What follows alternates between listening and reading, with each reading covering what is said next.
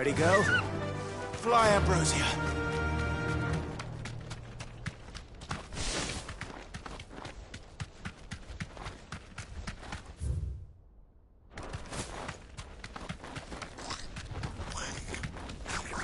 Time to fight.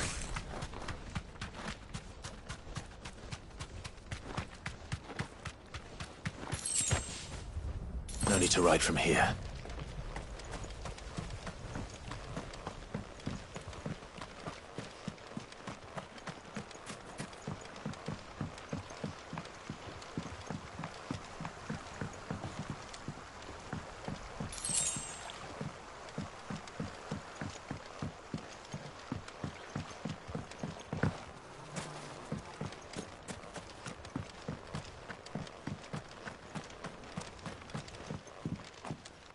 Where's Theodore?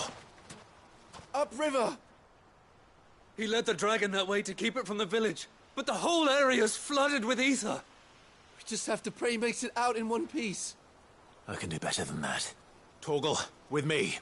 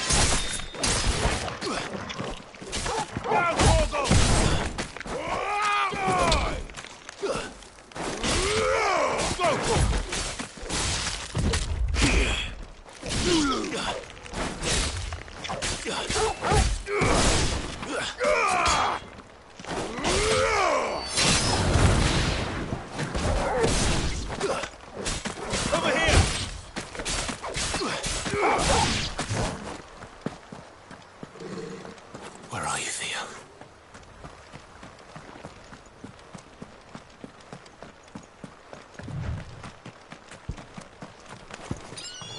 Now for it.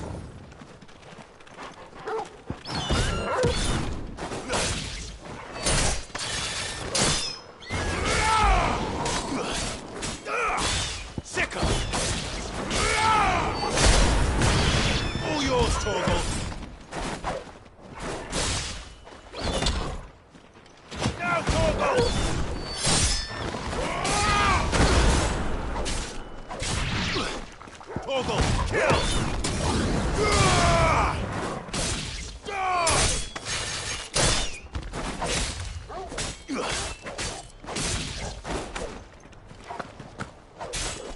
You're finished!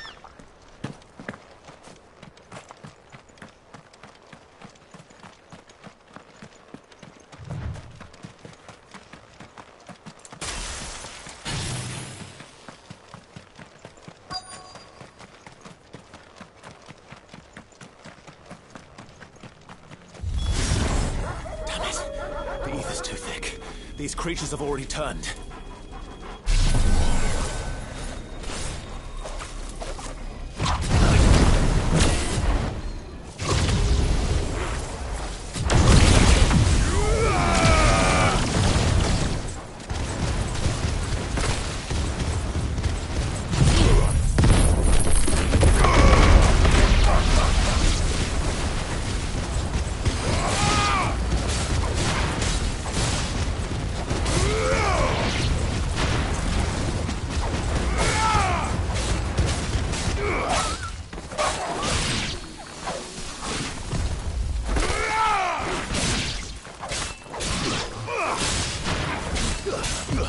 Nice try.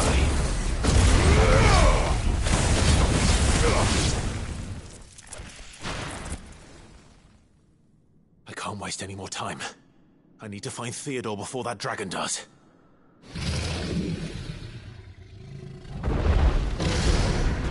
Looks like it's found me. This thing's turned as well.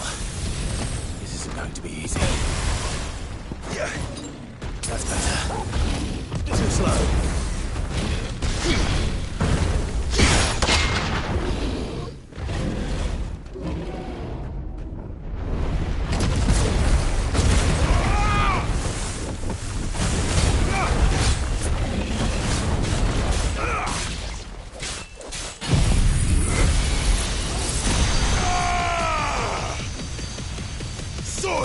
Presto!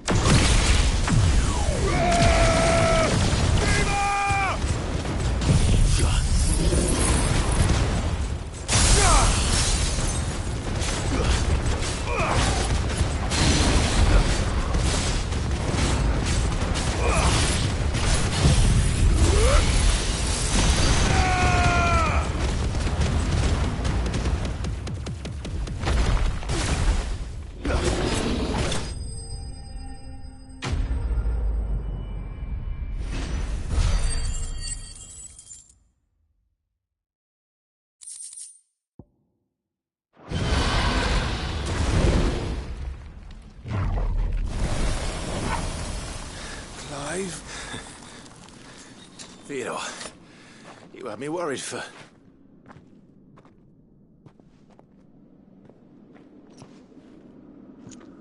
We have to get you out of here.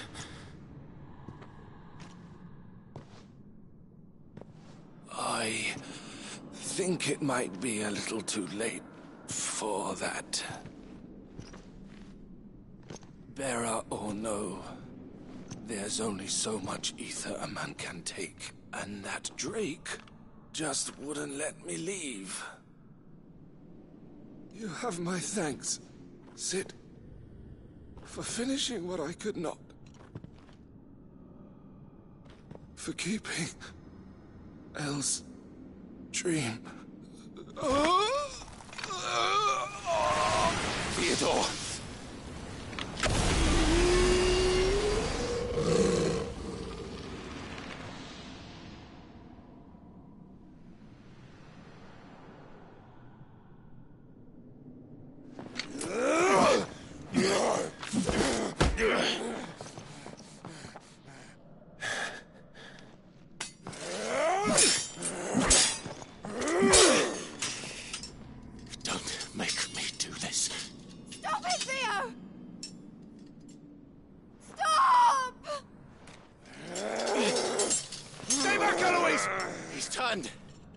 And so will you!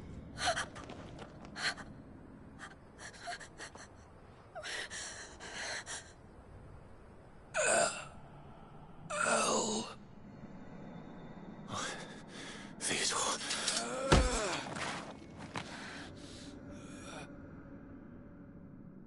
Take care of my sister. Theodore, wait. Goodbye, Elle.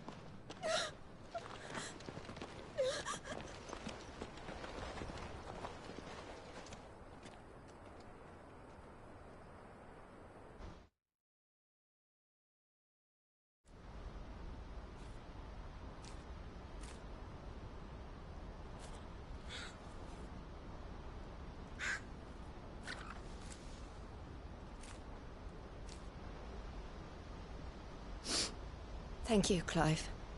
I think I'll be all right now. That was true bravery he showed. Leading the dragon away from the village like that.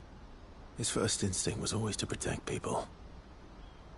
To put others' well-being before his own. And now he's gone. Because I sent him to that place, against his will. It wasn't against his will. He was ready to do whatever it took to show you he could stand on his own. So that you would finally be free to live your own life.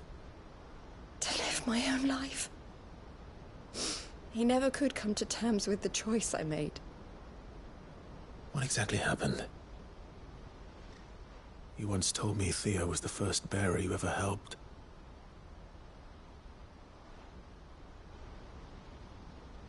We grew up in Canva.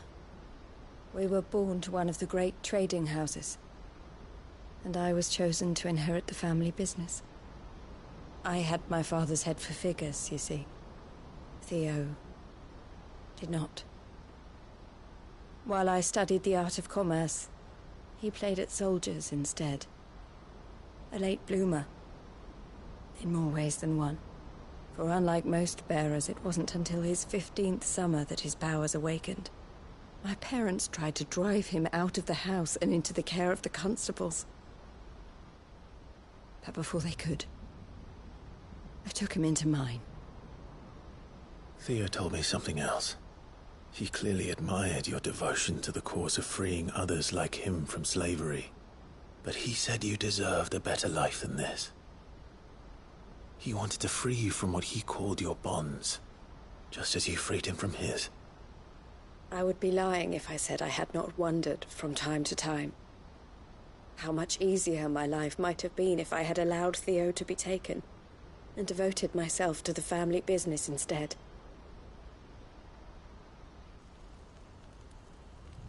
But I have never regretted the decision I made. Being with my brother meant more to me than tradition or reputation.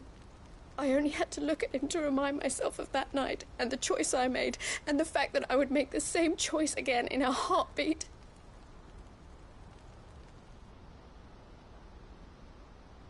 He was never a burden. How could he even think that?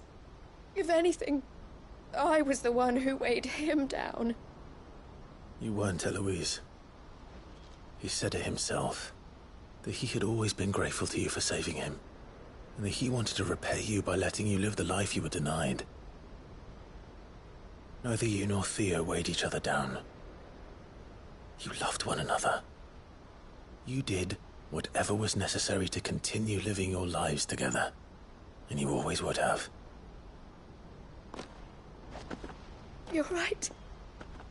All I ever wanted, all I ever did, it was so we could be together. Oh, Theo, why did you have to...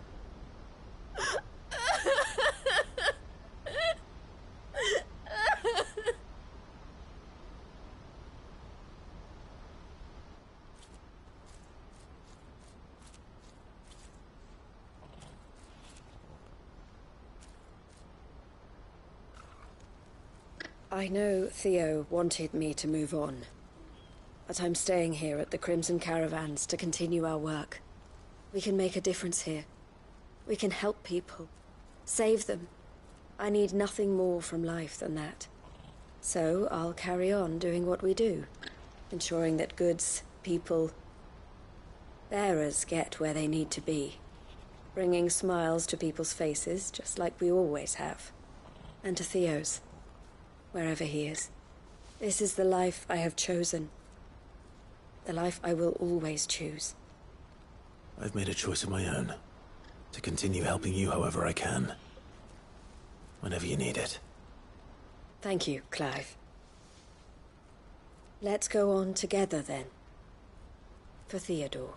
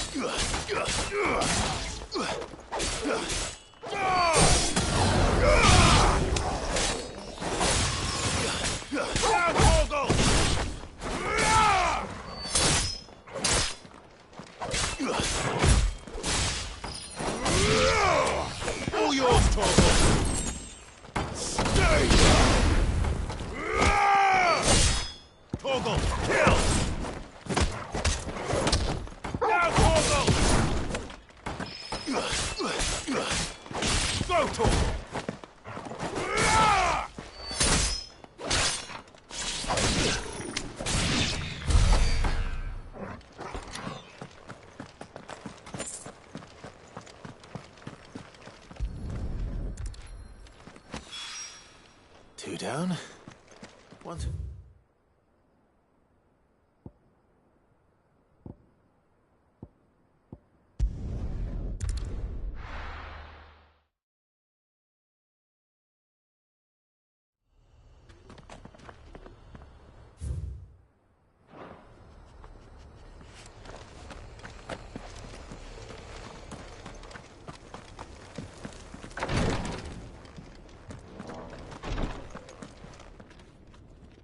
Lord Rosfield, is there aught the Undying might assist you with this day? Perhaps. My brother said that your order was helping him with his quest to uncover Ultima's origins. Have you learned anything of note since last we spoke? Little unless, I regret to report. I see. Be assured, however, that we will not rest until the truth is known. Even now, our archaeologians scour ruins in every corner of the realm for traces of Ultima's touch. Fallen ruins, I take it. Dating back as far as Phoenix Gate. Indeed. Ultima's thralls are oft sighted among the remnants of the fallen civilization, as if protecting the secrets concealed within. Secrets we'd see unearthed. Should our methods be of interest, my lord, mayhap it would please you to observe some of our number at work. Would that be possible? Of course.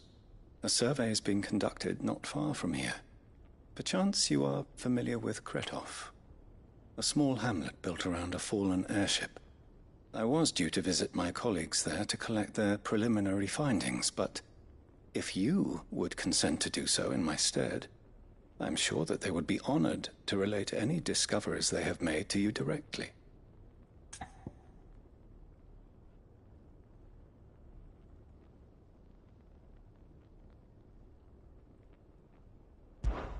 All right. I'll go and meet with them. They will be most gratified, I am sure. Might I suggest you take the road through Titan's Wake? It will lead you straight to the village after but a short walk. Thank you. I will. I wish you a safe journey, my lord. May the Firebird's flames burn ever in your heart.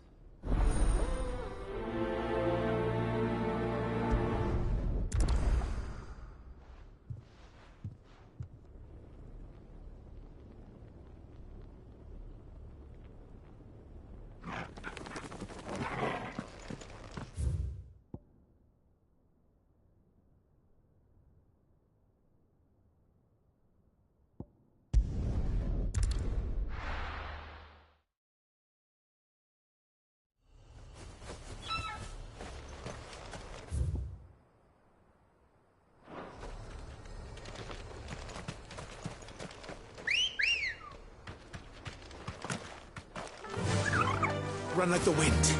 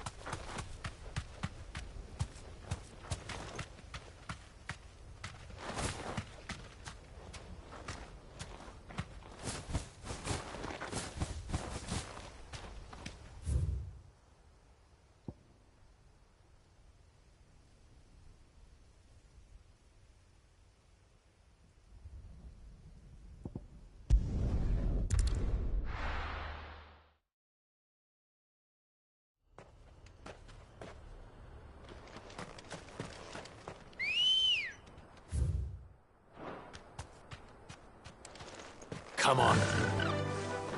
Fly, Ambrosia.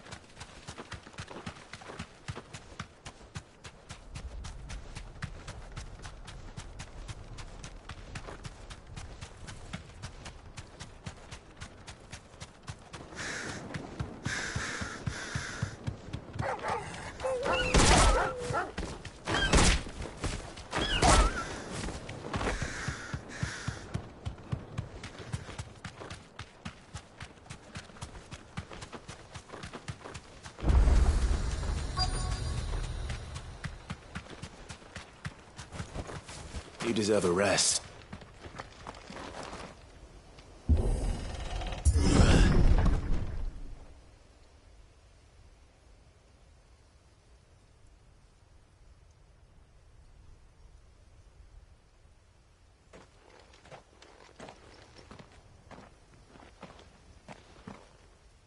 Oh no.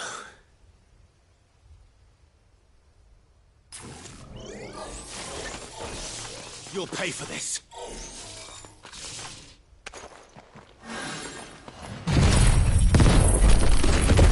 Still be survivors.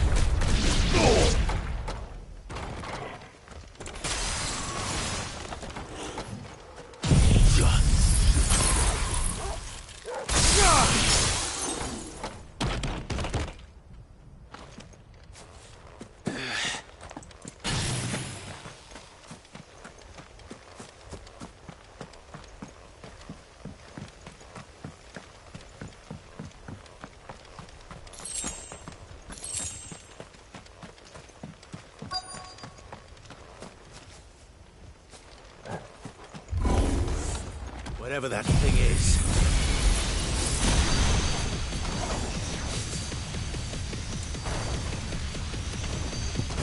Say it's their leader.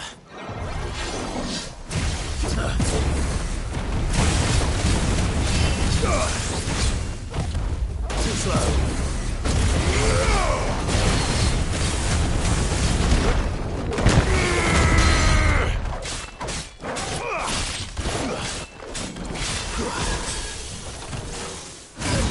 Nice try.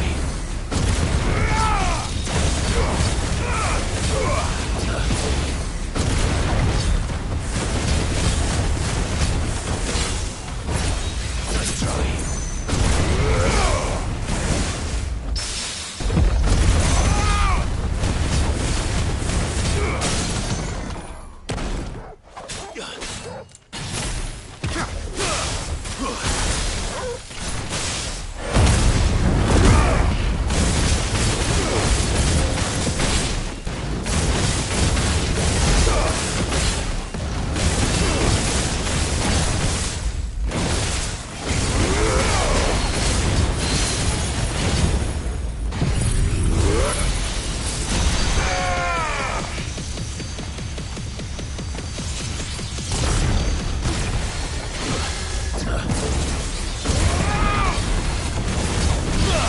Nice try.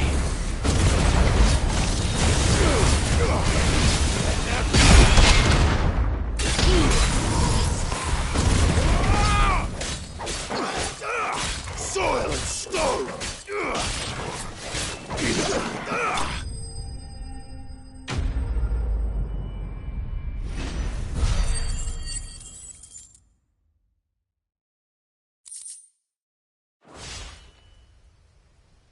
Should have stayed in the past. These must be Cyril's colleagues. You have our thanks, stranger. Who are you? Forgive me, my lord. I did not recognize you. You are Lord Rosfield, are you not? We are archaeologians, tasked with surveying this site. When the echoes appeared, our brothers here occupied their attentions. Thanks to them, and to you, we were, for a mercy, able to see our duty to its conclusion. You call that a mercy? Your brothers might still be alive if you put their safety before your duty. Surely this survey wasn't worth dying for. We are charged with uncovering Ultima's origins. A duty of the highest import, as I'm sure you will agree. And you think your dead brothers would agree with you too? I know they would. They gave their lives for the cause, an honor to which all Undying aspire. Now, to what do we owe the honor of your presence, Lord Marquis? Cyril told me of your work here, and I agreed to collect your findings in his stead. I see. That is most kind. Pray, take them then, with our humble thanks. May the Firebird's flame burn ever in your heart, as it does in ours.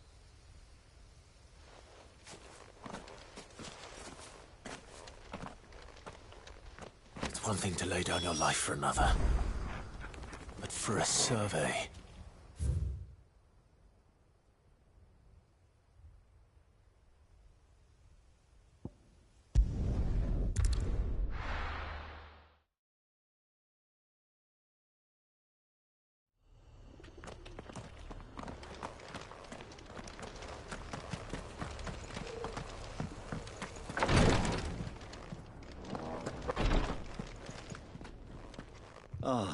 You are returned, my lord.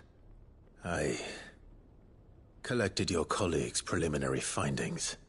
Here, take them.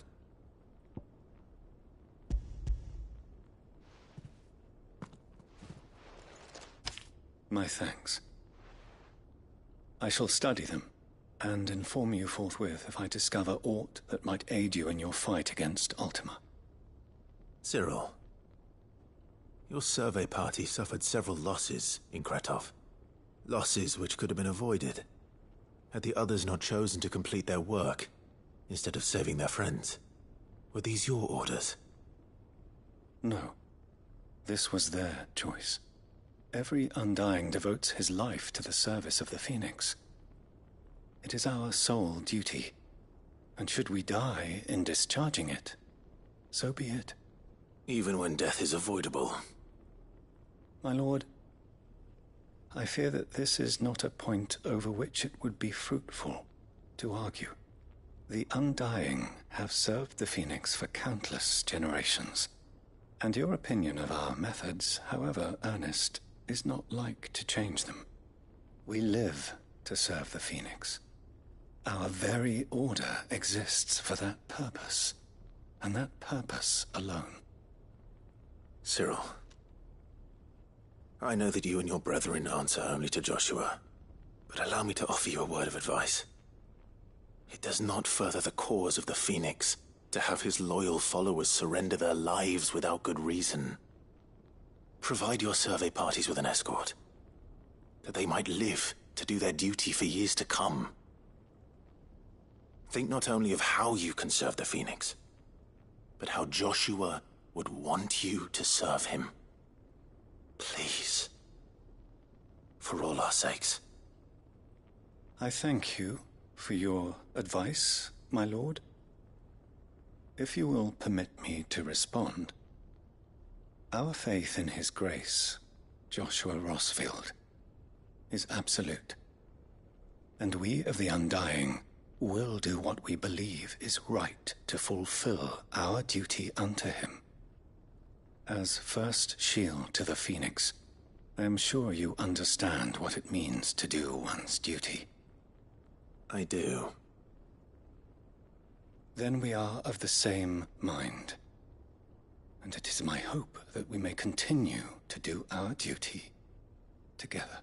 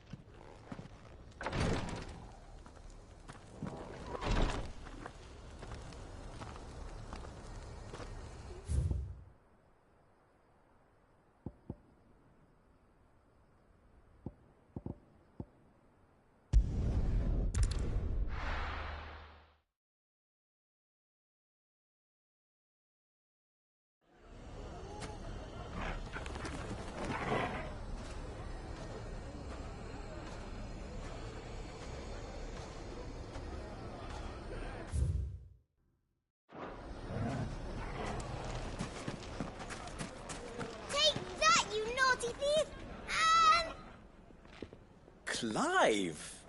To what do I owe the pleasure?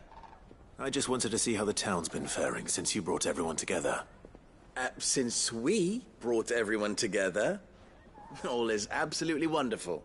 Conrad and Natalie's hands remain safely away from each other's throats and firmly at the helm. Our stores are full, and the bandits still too disorganized to raid them. Just as the good Lady Jane and Lord Underhill intended. Are you a lord? Lubor's going to be one too. They're going to make him the Lord of Dalimil, because of how he stopped all the grown-ups from fighting.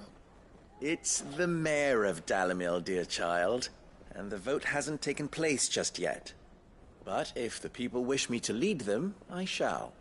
And my first act will be to build a school so that menaces like you two learn not to interrupt your elders. Speaking of menaces, there may be a rather worrying one just over the horizon. May there indeed. I'm afraid the example Conrad and Natalie set in putting aside their differences and presenting a united front might have caught the bandits' attention. And they might have elected to take a similar approach.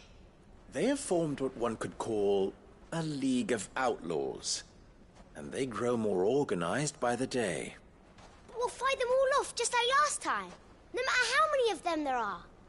Won't we, Lubor? Of course we will. If we continue to work together, we can overcome any challenge we choose to face. The longer we avoid facing this one, the more difficult it will be, until the only way to overcome it might be to run for the hills. Our best hope is to nip these efforts at organization in the bud, by finding those ne'er-do-wells who have yet to join the cause, and ensuring that they never do. Perhaps a certain Lord Underhill might be willing to lend us his aid once more? How could I refuse? Thank you, my lord. Victor will fill you in on the particulars. I have him stationed by the desert gate, receiving and collating reports from my scouts. Such an amenable soul. He reminds me of you. I'll go and speak with him.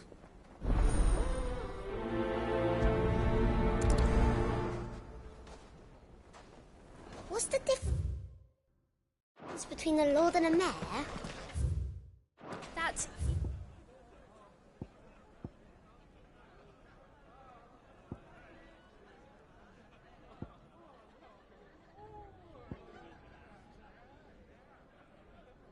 easy.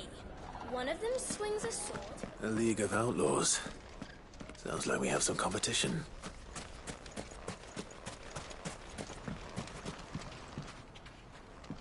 Still in Dalimil, Victor? Ah, Sid. I thought you'd have returned to Cosnes by now. I did. Then I came back. I've developed something of a fondness for the place. And having worked so hard to see it saved from one fate, it would seem remiss to abandon it to another. A sentiment Master Lubor certainly isn't shy about exploiting. Hence my doing his bidding yet again. You're not the only one. What does he want you to do? He asked for my aid in putting down the bandits. And he said that you might be able to help me find them. Then you've come at just the right time. I was on my way to speak with Conrad about how to organize our forces. There are more camps in the vicinity than we can safely strike at once. But we must strike together, and we must strike soon at as many camps as we can. We can't give this league of theirs time to rally its forces. All right. Which camp shall I take? There's one upriver. Just out there, across the dunes. Leave it with me.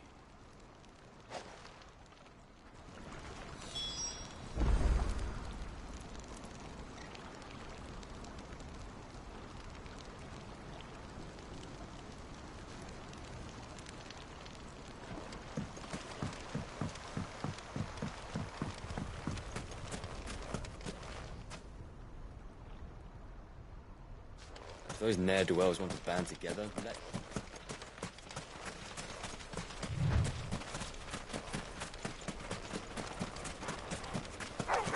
All right.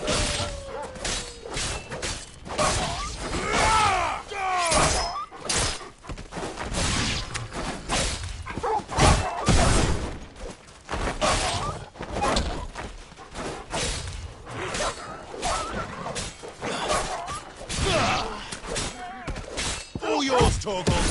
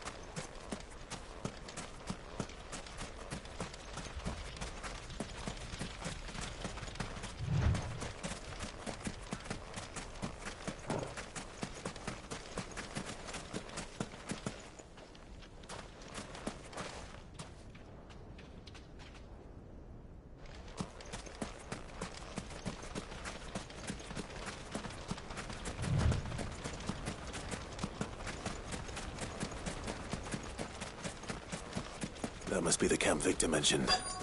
Come on then, Torgal. That's him! The one who killed Locke and Fingers.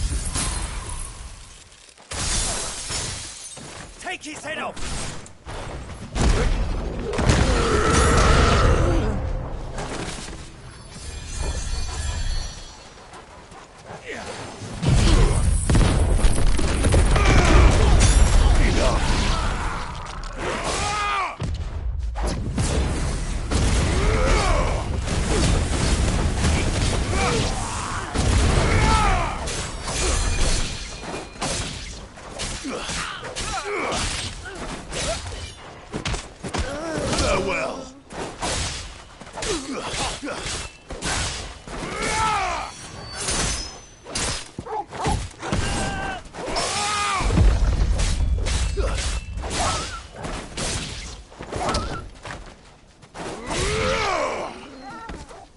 All yours, Torgal!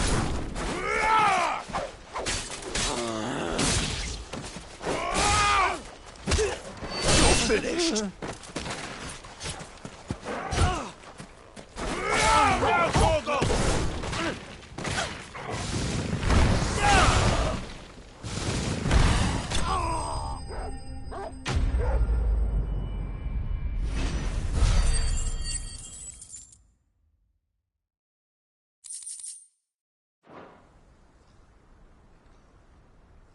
I better let Victor know. Sid, where are you? Ah, I see the bandits didn't pose you any trouble. No, but... that's not why you're here, is it? No. Something's happened. We need you back in Dalimil. What is it? The whole town's in uproar. They're saying that Lubor is a bearer. What? Seems that one of our parties wasn't as thorough as they should have been. They let one of the bandits escape, and his escape route took him right through Dalimil. Some of the children spotted him, and he was about to silence them. And when Lubor felled him with a bolt of magic, and without a crystal. But that's not possible. It is, if he's a bearer and has been hiding it all these years, which is what people are saying. If he has, well, I wouldn't blame him. No man is branded by choice. Still, all those people see is a man who's lied to them all his life. One who was made a leader of himself when the world believed he should have been a slave. Fuck. I don't know where we go from here, but I know one thing. Lubor needs all the friends he can get right now. You're right.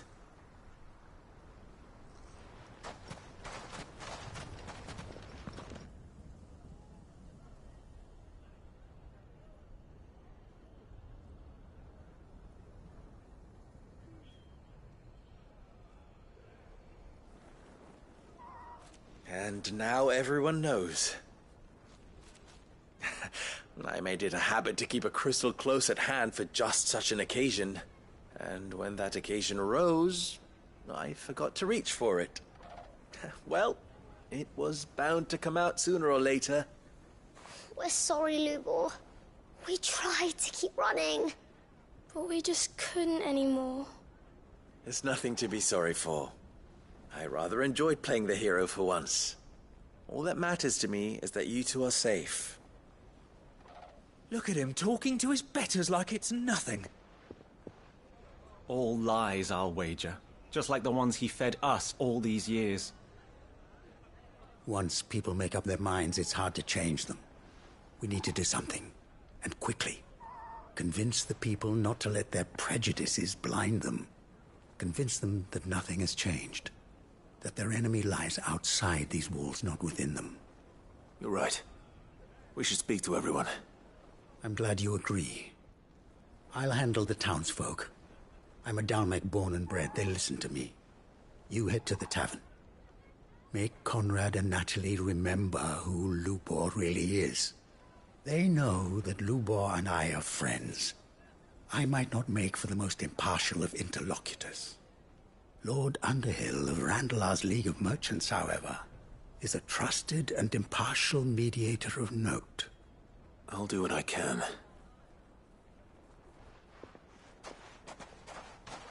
Lubor, stay here with the children. I can't promise anything, but we'll try. And that is all I can ask of you.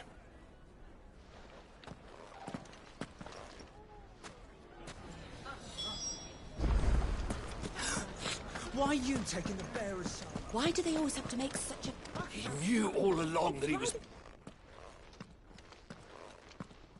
Forgive me for disturbing you, but could I have a moment of your time? I've seen your face before. As have I. Lord Underhill, wasn't it? Of the League of Merchants. That's right. I wanted to speak to you about Lubor. The rumors that he's a bearer. All true, I'm afraid. He'll never be mayor now. Not if I have anything to do with it. But what of his wares? Bearer or no, his steel is highly valued throughout the Republic. In this at least he's done the town a service. Might that not earn him a little leniency? Leniency? He pretended to be one of us when he was laughing behind our backs all the while. I'm sorry, my lord, but he lied to us. He lied to you. He cannot be trusted.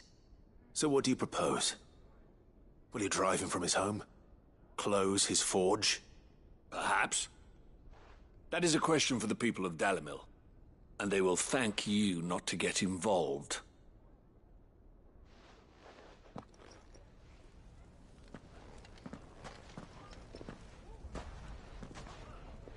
The townsfolk have made their minds up. There was nothing I could do. Nor I. Conrad and Natalie refused to consider anything but their own wounded pride. You never know. Once their anger is cooled, they might see things differently. For now, we should report back to Lubor. All right.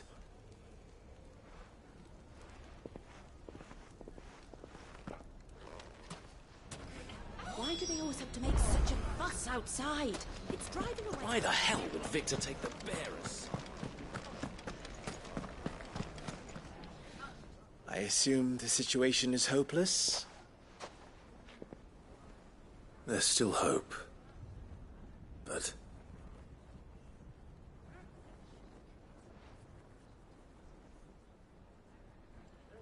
But perhaps not in this lifetime, I think it's fair to say.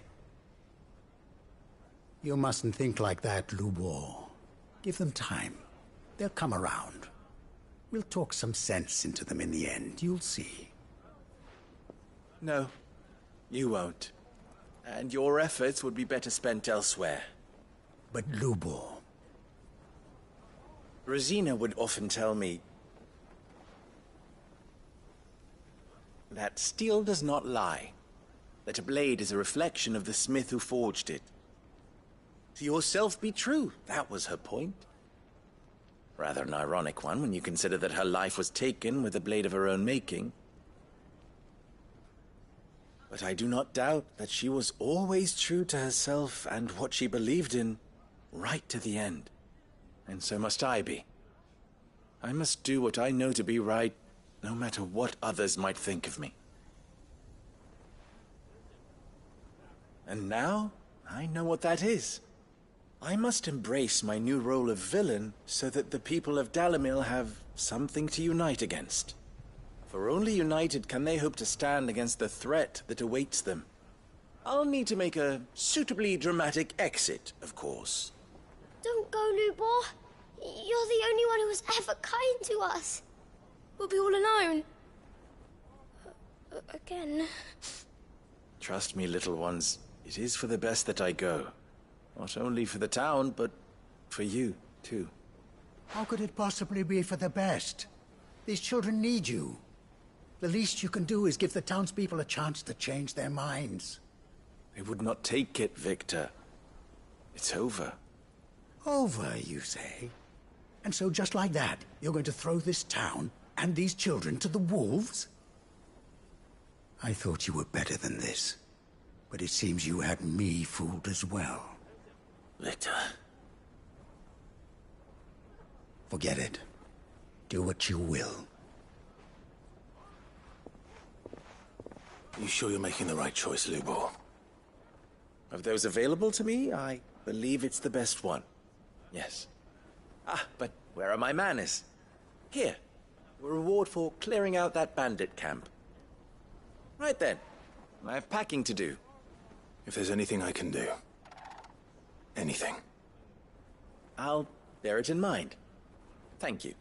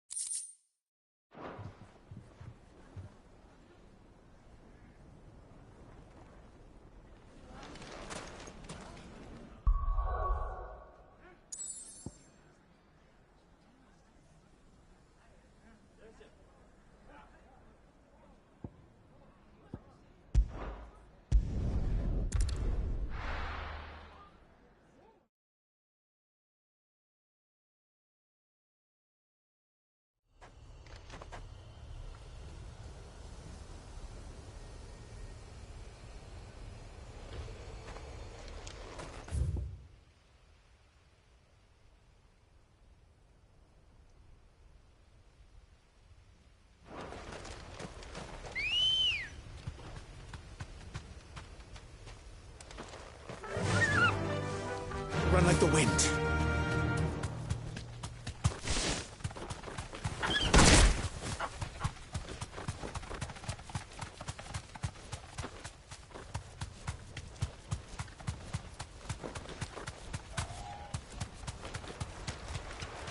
Damn it.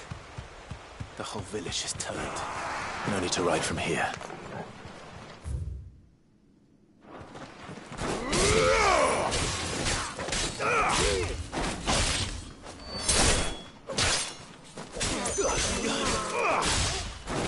Finished.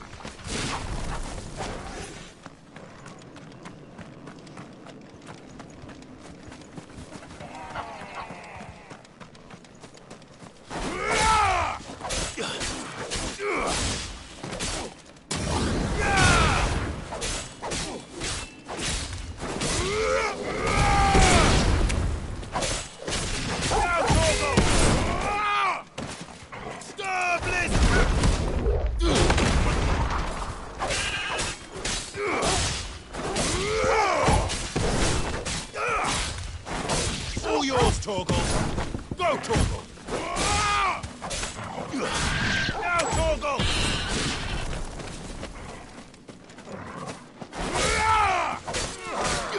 Torgal, kill! All yours, Torgal!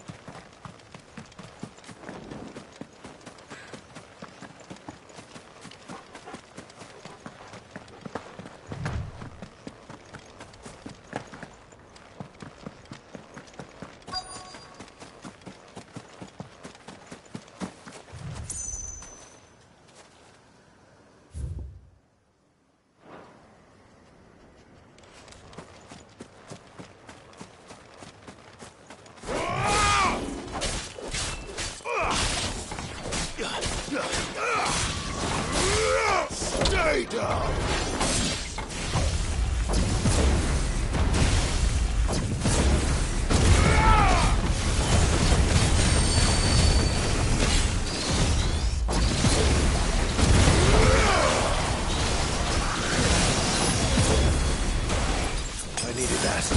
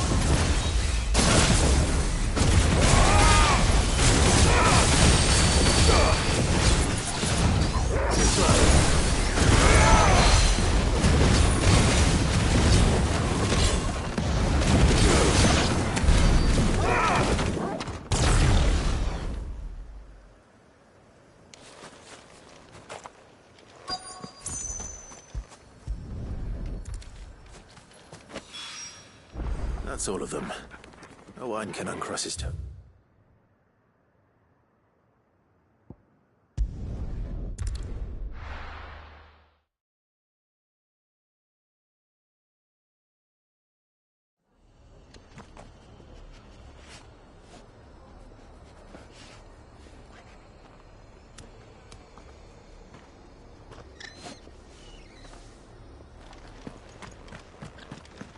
Dora should be somewhere nearby. Assuming she's still here.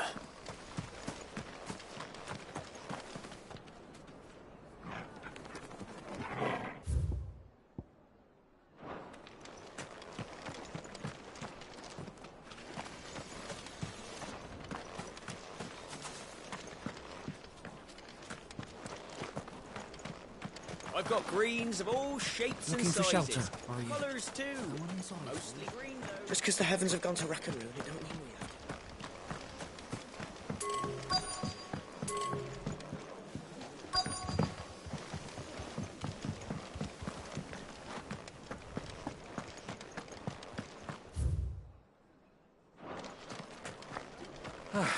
Nearly done.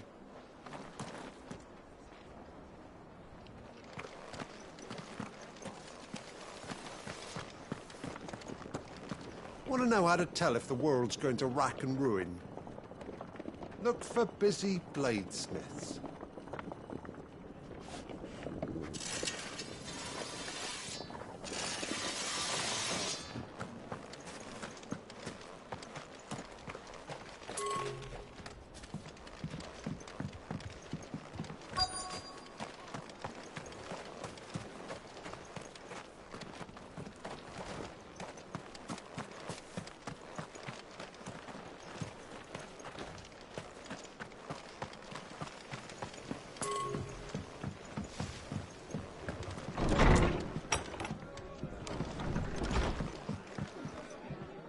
Ah, Clive, I was just about to send for you.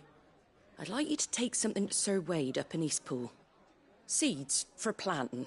Thought it was about time they started growing their own food. I'll keep providing them with whatever they need in the meantime, of course. But if Eastpool's going to survive, it's got to be able to fend for itself. As of those poor bearers. They've lived their whole lives in servitude, but now they're their own masters. Small wonder they ain't got the foggiest how to provide for themselves. So it's up to us to teach 'em. And if you're wondering why you, well, the wagoneers taking supplies up that way have been coming back with more and more reports of Akashic around the village of late. Sir Wade's putting a brave face on it, but I think even he's starting to worry. And if he's likely to share those concerns with anyone, it's you. All right. Thanks. Wouldn't ask if I didn't have to. There. That should be enough to keep them in Gazal Greens for a few years at least. Gazal Greens? Not the most mouth-watering crop, I'll admit. But they're hardy, they grow fast, and they fill a hole. Better that than something that'll wither away at first frost. And chocobos love 'em too, which is no small thing. When I say all of us need to pull together to get Eastpool back on its feet, I mean all of us.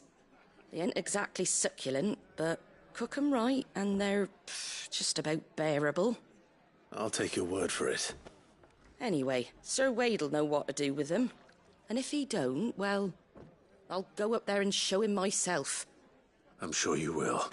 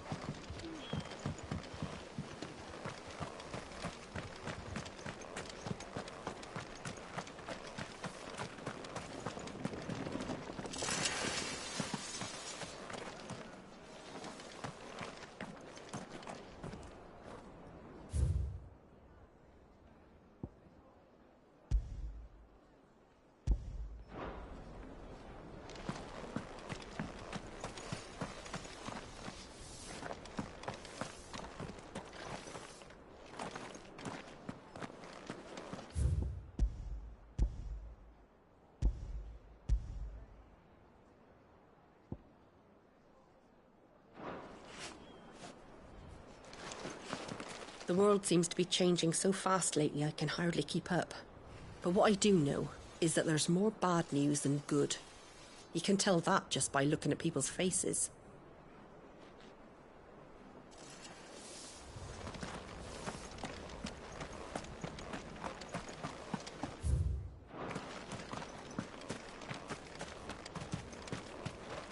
What are you after?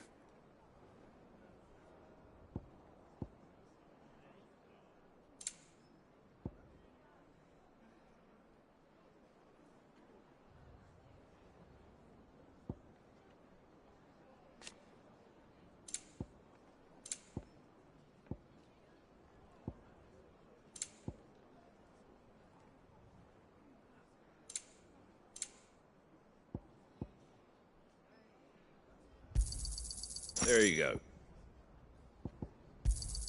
Thanks very much. Much obliged. Fare thee well. Just because the heavens have gone to... I've got greens of all shapes and sizes. Looking for Colours shelter, are too. you? Mostly green though.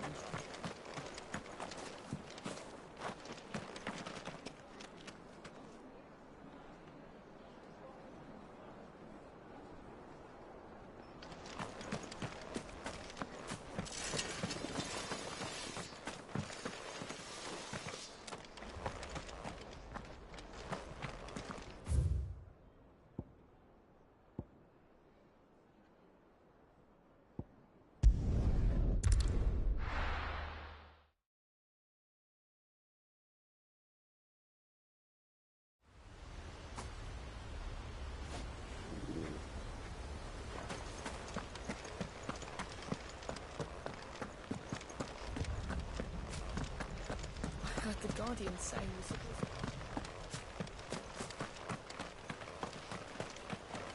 Ah, Lord Rossfield. What brings you to Eastpool? A delivery from Martha.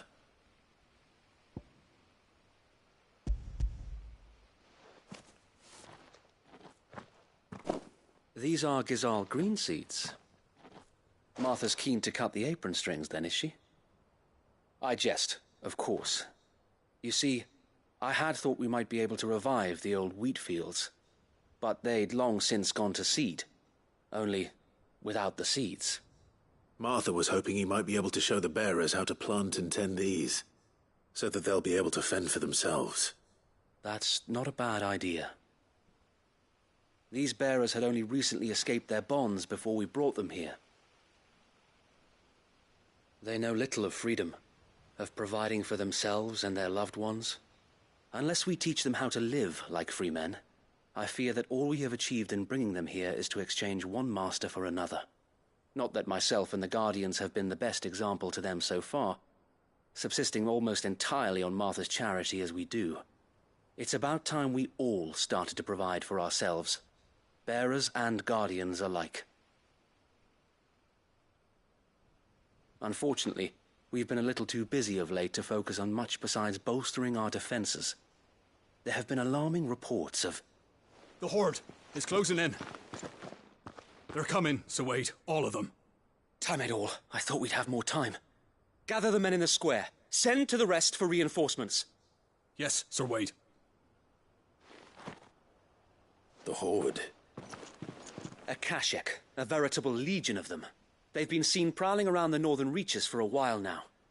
We don't have the numbers to hold back a swarm that size. I had hoped to build a perimeter wall so that myself and the Guardians might be able to defend the village, but... Now you're out of time. Precisely. If reinforcements from the rest arrive before they do, we may just scrape through, but I fear that's rather an enormous if. What if you could call on reinforcements from Eastpool? You mean the bearers? We brought them here so they might live, not die, fighting for their lives. So wait. You said you lack men to defend the village. Are the bearers not men? Do they not wish to see Eastpool saved? Though they may not be trained soldiers like your Guardians, what help they are able to offer could still prove the difference between victory and defeat. You're right, my lord. I will appeal to them.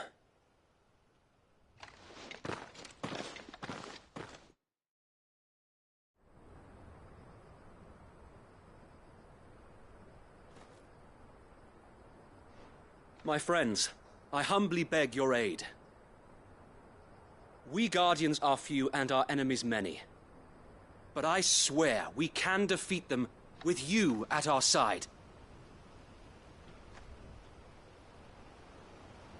You would send us to the slaughter, to serve as bait for those fiends so that you and your men might be spared. And to think we trusted you. Say what you will, a home is not worth dying for. But it is worth fighting for. Sir Wade fights to give you lot a chance. Just like I do. Just like Sid does. We all wanted to give you a home where you could be free. And you got one, didn't you? This place, Eastpool. This is your village. Your home. And if you don't fight to protect what's yours, you'll lose it. You know I'm right. This world wants to take everything from you. Everything. Your homes, your freedom, your very lives. So then, are you going to stand by and let that happen to you? Are you going to accept fate like good little Bran did and die, having never stood up for yourselves? Or will you fight like free men and women?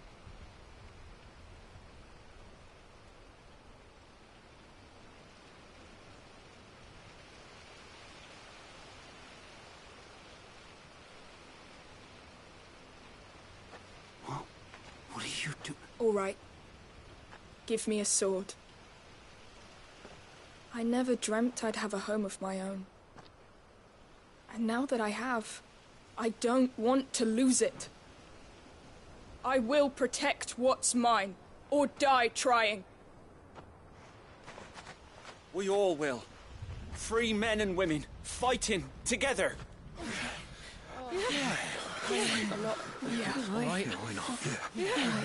For Eastpool! Free fall!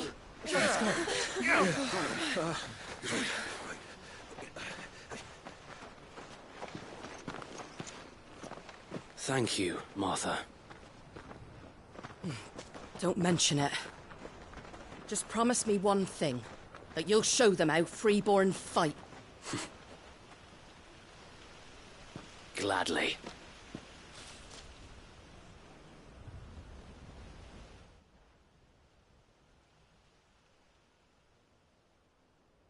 Well, if it was numbers you were lacking, you certainly won't be now. Thanks to you. Me? Oh, I just love the sound of my own voice. Lord Rossfield, my lady, we're ready. So what's the plan of action? We'll divide our forces into several small detachments, each made up of guardians, bearers, and guards from the rest.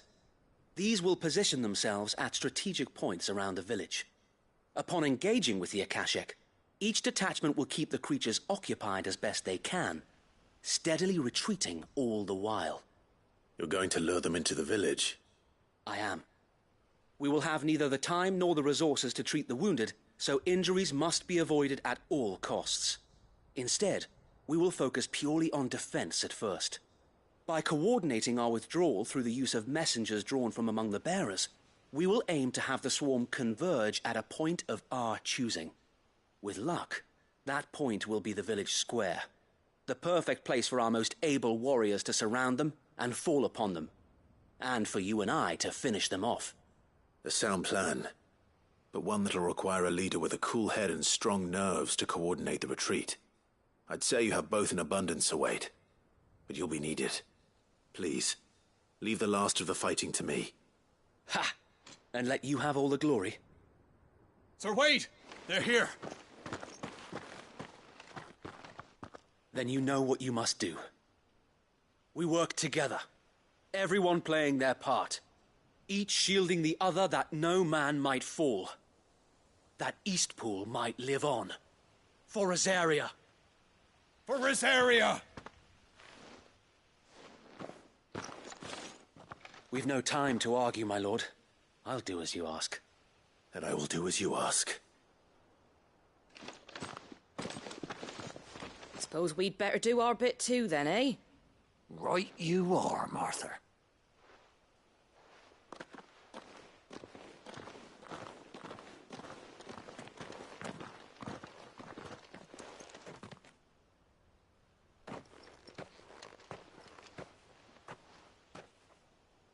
The calm before the storm.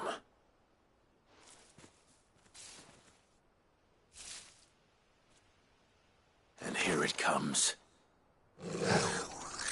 I will not let this village fall.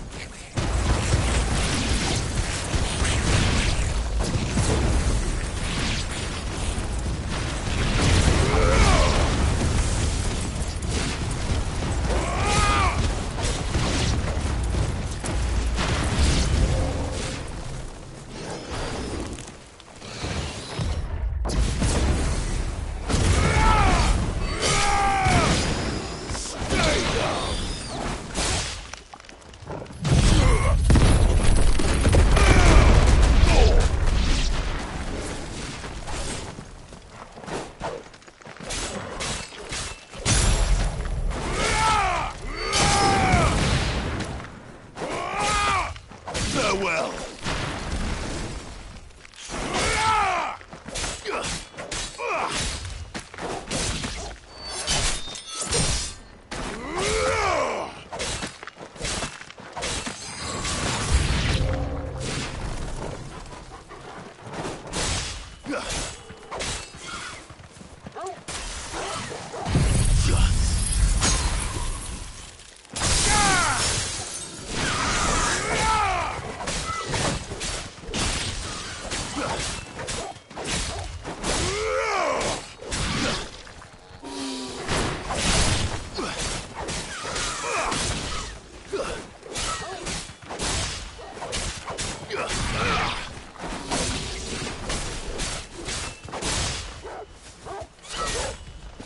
finished.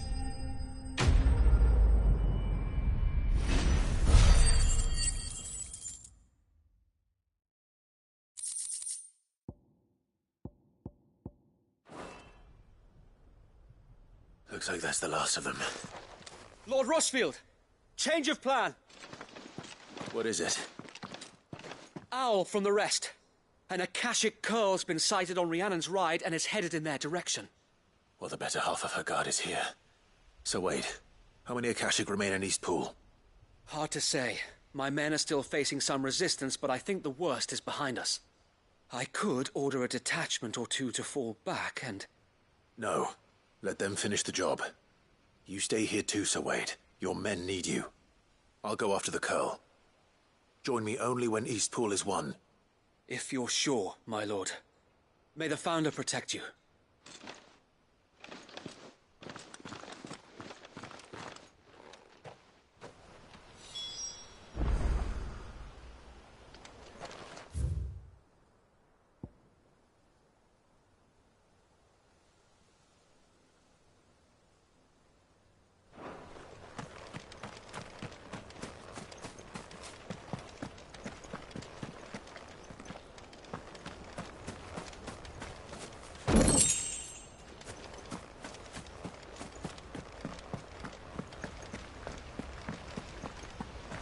Next one's mine.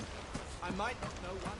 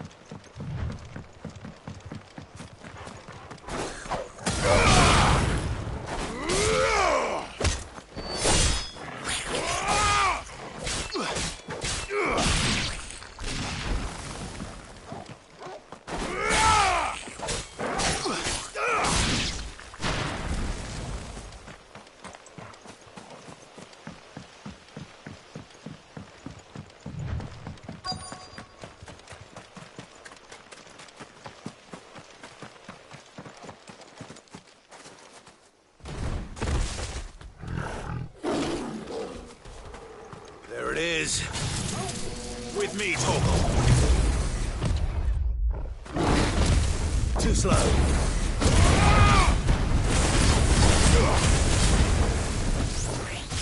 Nice try.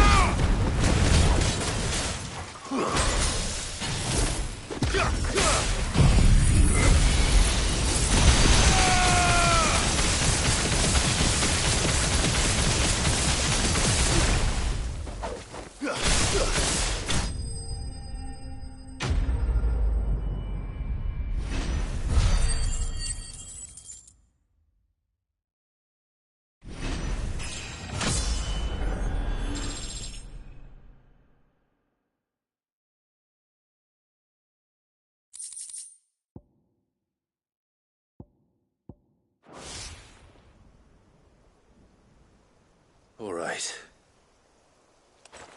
Back to Eastpool.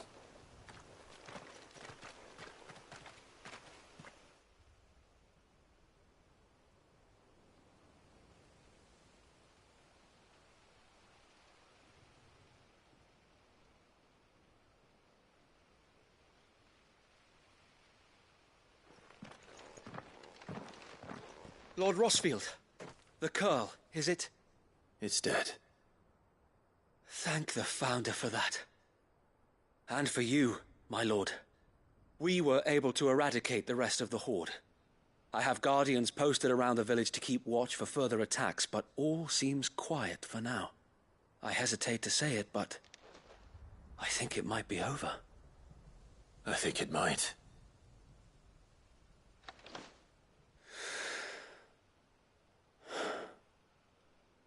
We did it. We saved Eastpool. Thank you, my friends. Thank you. No, Sir Wade. It's us who should be thanking you. You brought us together. Showed us what it means to fight for what you hold dear. We never had nothing to call our own before. We didn't know what it meant to protect it, but now we do. We really do. Forgive us, Sir Wade. You and your people saved us, and still we doubted you. But there's no doubt in my mind anymore. We're free men now, so we have to start acting like it. We have to fight to protect what's ours, to protect Eastpool. And we shall. We all shall. Together. This is our home. And if anyone or anything tries to take it away, they'll have us to answer to. Come on then. Let's get to work. This village isn't going to rebuild itself.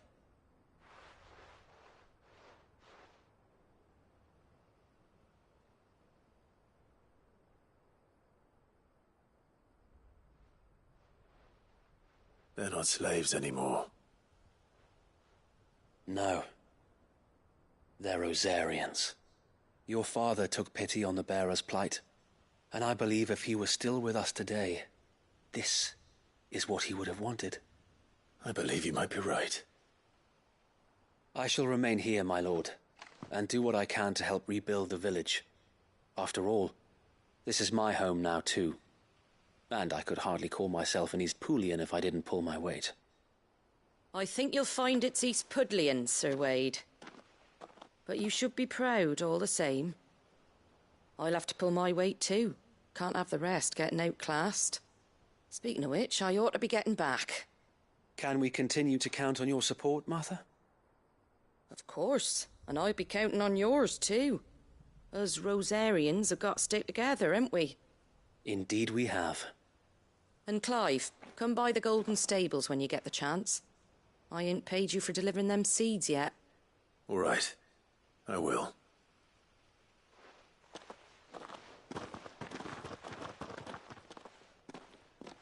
Lord Rosfield, do you remember our very first mission together?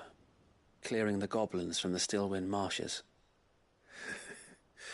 How could I forget?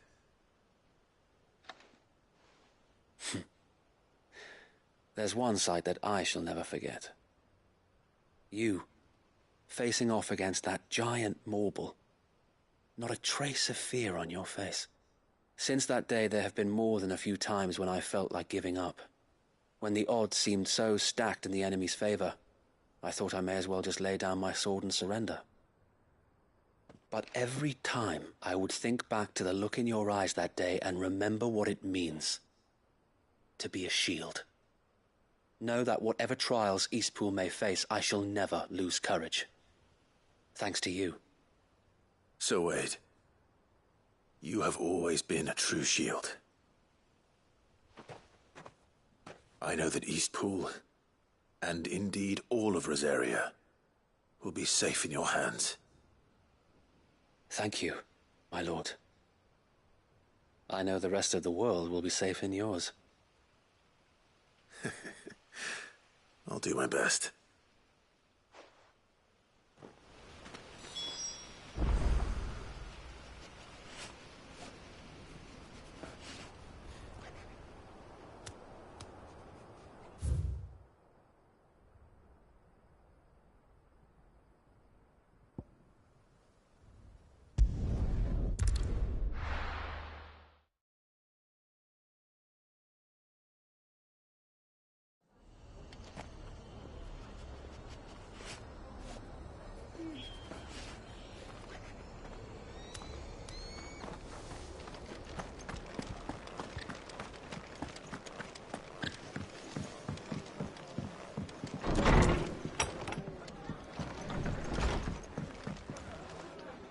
The hero returns.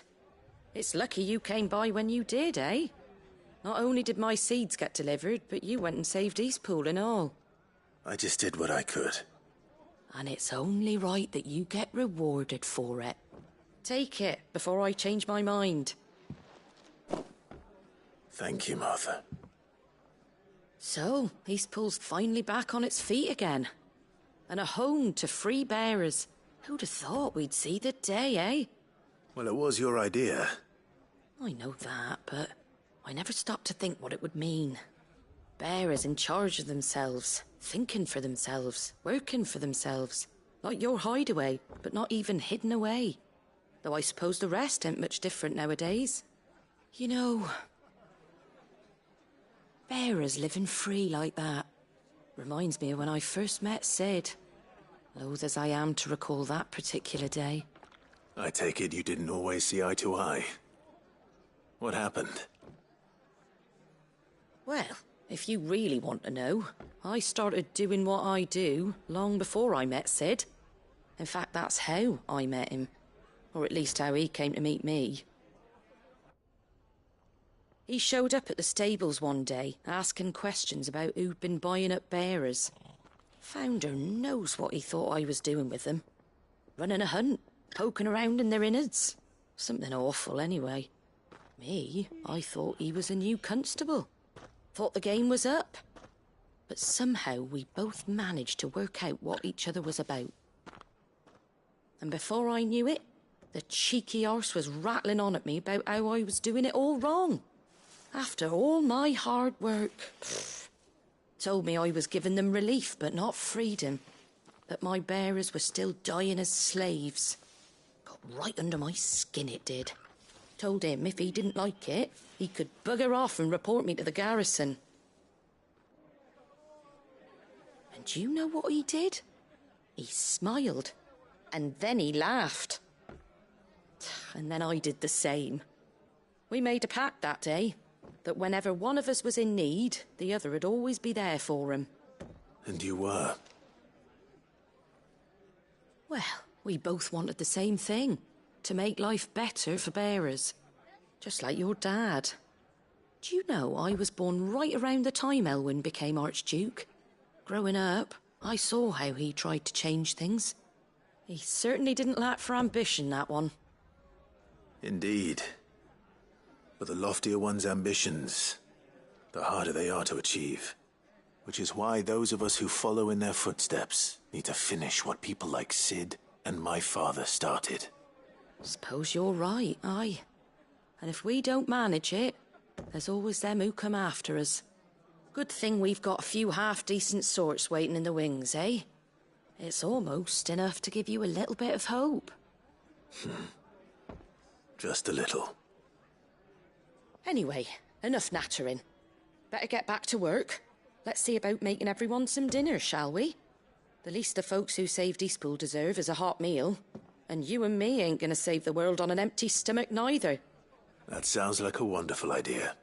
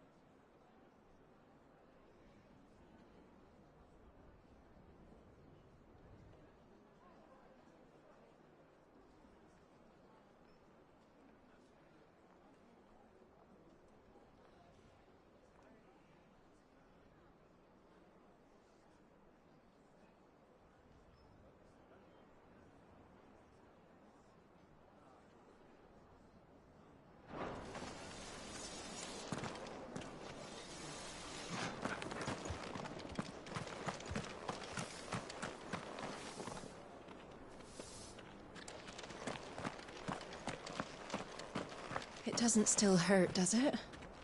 Oh, 1,000 Akashic jars couldn't hurt me. I'm a son of Rosaria, after all. A born survivor. It's been a pleasure, Doris. Just like old times. I'll give your offer some thought, my lady. How goes the investigation? Sid, what brings you to Martha's Rest? You. I heard you were out here on your own, tracking our slaver. I trust you're being careful. Of course. And it had to be me. The bearers from the Dragon's Eyrie confirmed a long-held suspicion of mine that the slaver we've been tracking is an old acquaintance. She's no fool. If we'd come in force, she would have spotted us straight away, and then vanished without a trace. That was her just now, wasn't it? So, was it a fruitful reunion? I'd say so. She tried to recruit me. Seems her time in Rosaria is coming to an end. She's abducted bearers from across the region and is looking to smuggle them back into Sambrek. After her brush with those beastmen on the road to Northreach, she hired herself an Imperial escort, which she wants me to join. She's dangerous, Sid, but I think I can stop her. Then I'm going with you. I'll take care of the escort. You can see the bearers to safety. Where are they? The Baum Archers, soon to break camp. You go on ahead. I'll follow once I've sent word back to the hideaway.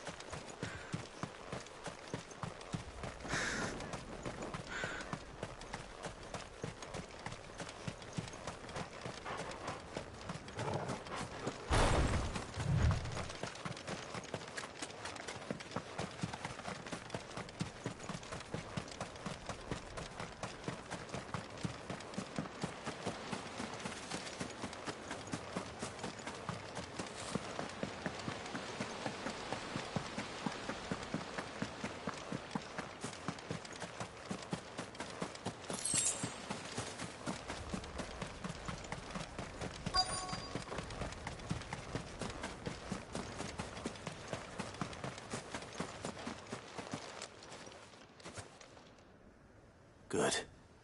They haven't broken camp yet. How did Doris come to know a slaver, I wonder?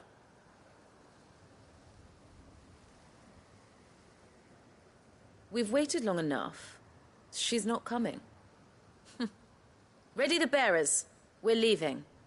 Back to civilization, is it, Mom? With all haste. Lest any of you lackwits start talking like these feckless bumpkins. I presume your men are ready. We've suffered too many delays as it is. Any more and I'll be docking your pay. Yes, Mom. Oh, but before you go, it appears we have company. Kill him. You're welcome to try.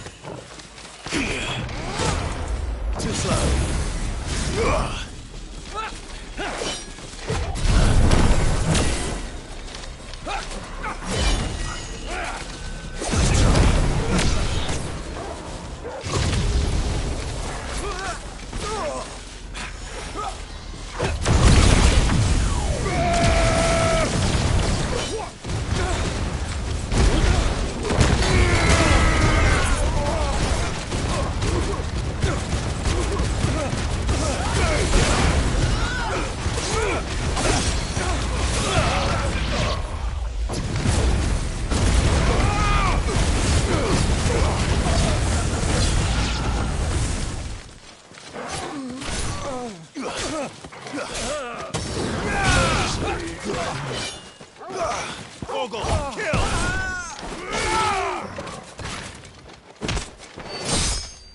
Sickle!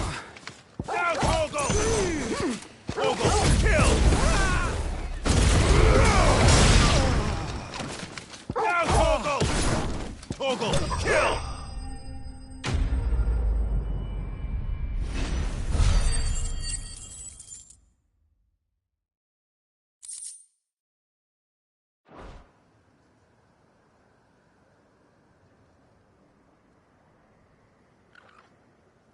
So much for your escort. You'll forgive me for not avenging my men. I'm not the swordswoman I used to be. I surrender. Do with me as you wish, Cid the Outlaw. Cid! Ah, Doris. I take it you're not here to rescue me from our brooding renegade? You know, I always wondered where you'd vanished to. But casting your lot with this criminal of all people... Better fighting for a cause than killing for coin. I'm sorry, Cid. I should have told you sooner. This woman, my former master, once trained bearer children to be weapons in service of the highest bidder. She raised me like a daughter. And I did terrible things to earn her favor. It wasn't all terrible, surely. We had our fun, too.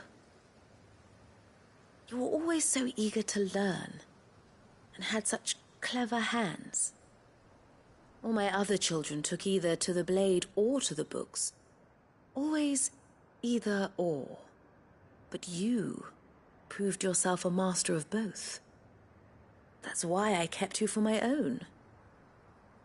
How about it, my little dagger? Care to swear that blade to me again? I never swore my blade to you, nor will I ever. I fight for a higher cause, to liberate the bearers of this world. Farewell, Master. Thank you for making me the weapon I am. You always were a righteous child.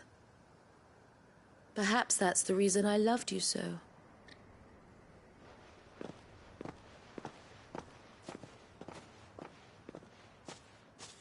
What do you want to do with her? I am not the killer she wanted me to be. Not anymore. And she no longer has friends in high places. The Dame does, though. Her connections at the Imperial Court will see that justice is done. All right. If you're certain. I am. And thank you for everything. Now, I better let these bearers know that they're safe.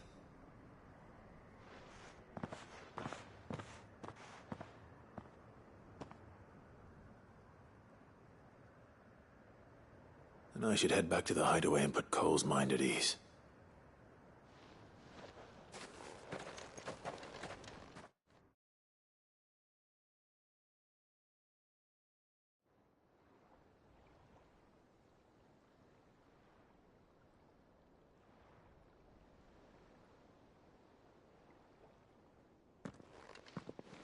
Welcome back, Cid. Doris's message just arrived. I hear you saved more bearers from being smuggled across the border. With any luck, they'll be joining us in the hideaway shortly. Oh, and your letter. You don't need to worry about Doris anymore. I'd been hoping as much. She mentioned one or two things in her report. So the slaver we'd been chasing all these months was her former master. Wish I'd known. She's been arrested, by the way, over in Sambrek. Went quietly, or so we're told. And she won't be getting off lightly. The Empire may have no love for bearers, but it's none too fond of black market traders either. Can't have been easy for Doris. I'm sure it wasn't. But don't worry. She'll be all right. I hope so. Suppose you should know, eh? You had quite the past yourself before you came here, or so I understand. Anyway, thanks again, Cid. The Cursebreakers would be lost without Doris. And you, of course. Keep up the good work, Cole.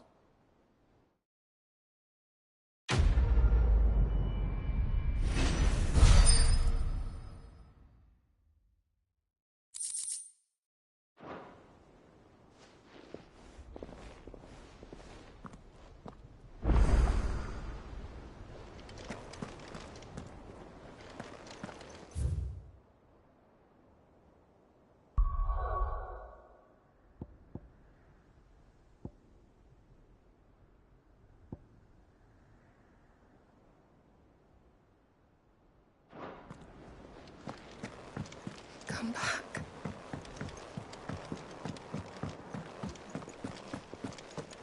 Oh, don't tell me we've run out of Pepio nuts and all.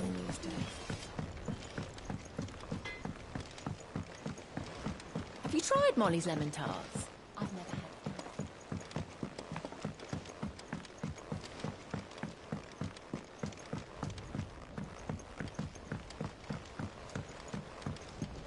Canva lost? It can't be true. Miss, can we read Miss Editor's story for our lesson today?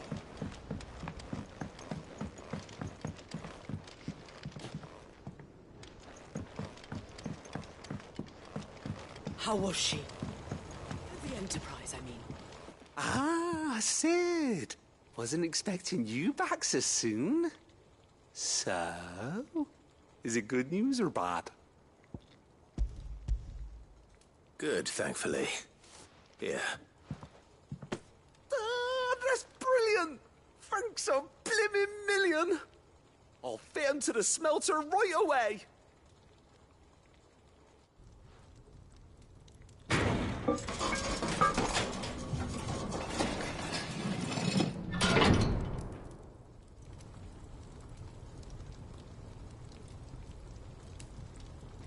May I present to you the Telemon Furnace! Ain't bad, is she?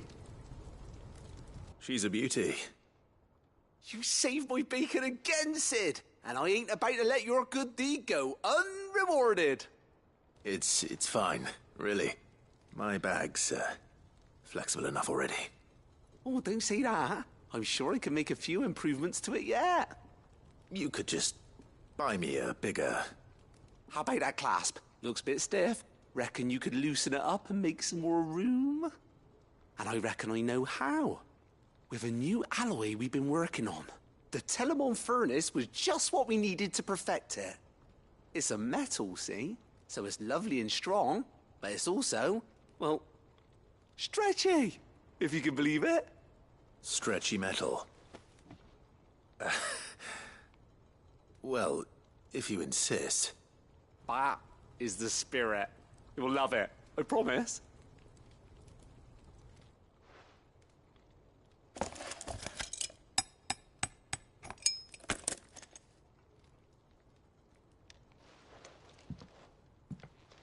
So, what do you reckon? It's actually quite ingenious. Thank you, Owain. Shh, don't mention it. You earned it. And I wanted to get some practice in using that metal anyway. Reckon we'll have all kinds of uses for it around the hideaway. Can't think of any right now, but that's our job, innit? Dreaming up new ways to make life easier around here. Maybe even out there, too.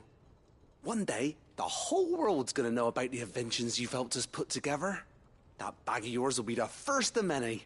You mark my words. They'll hardly believe their eyes, I'm sure.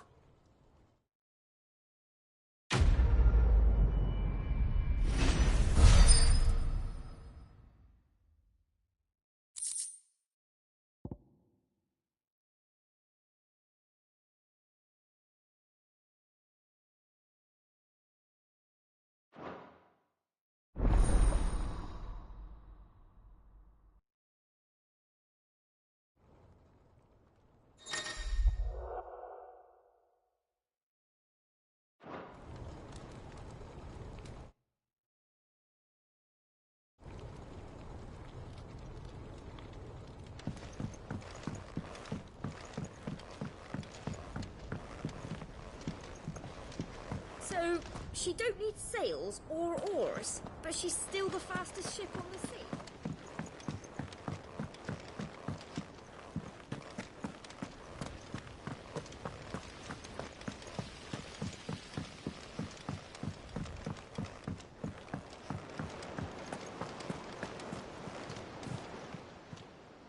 How may I help you today, Clive?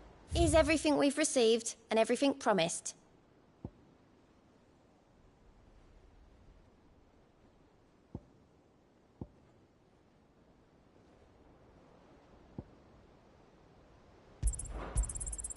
All yours.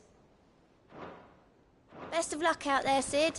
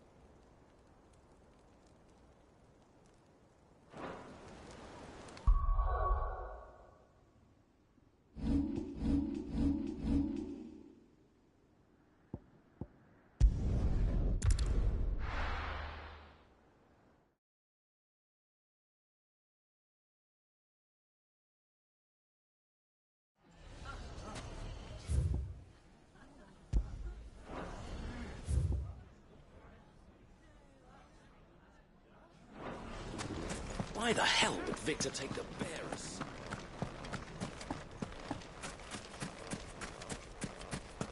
None of the stalls were plundered this time, thanks, Pt21.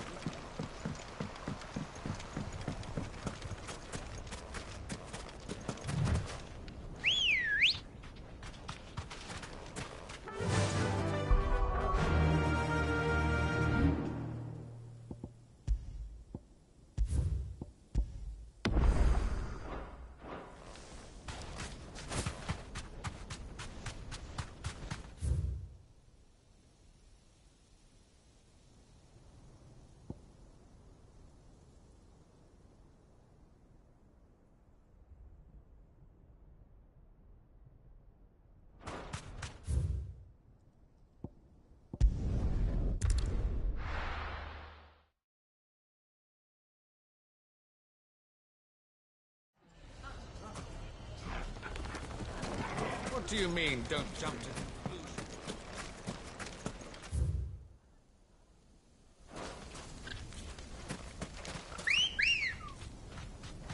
Good girl.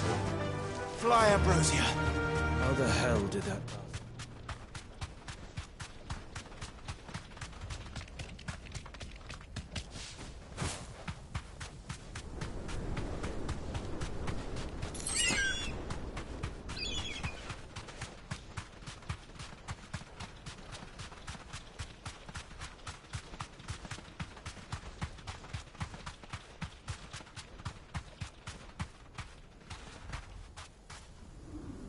You deserve a rest.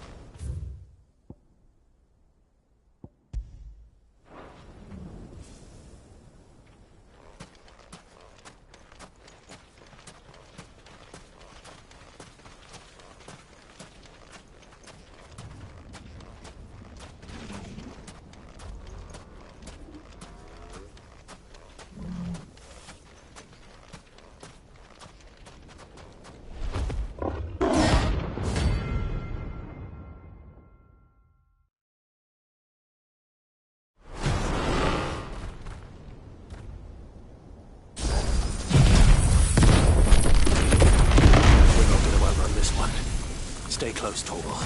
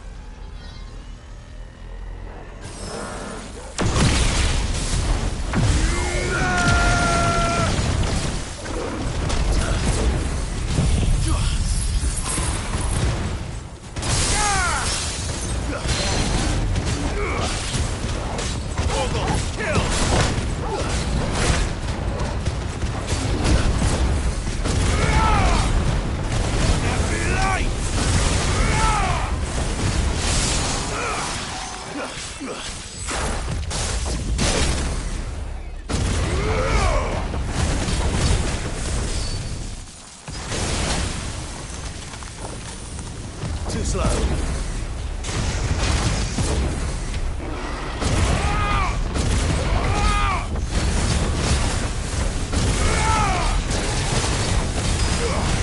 Too slow. Nice try.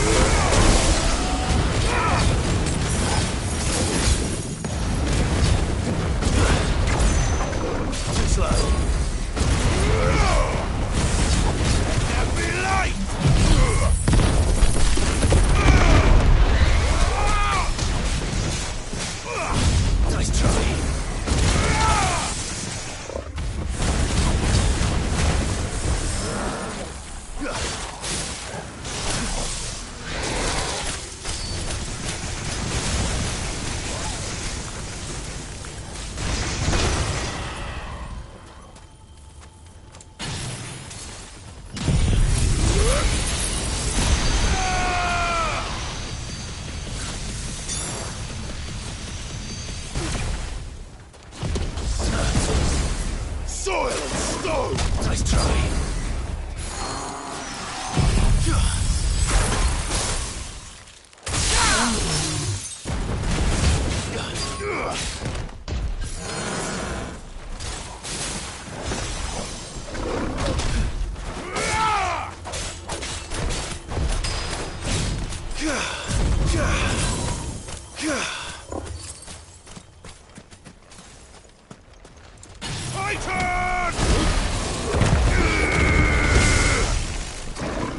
Too slow.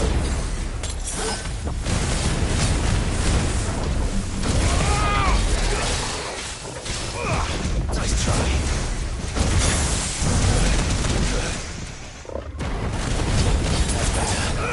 That's better.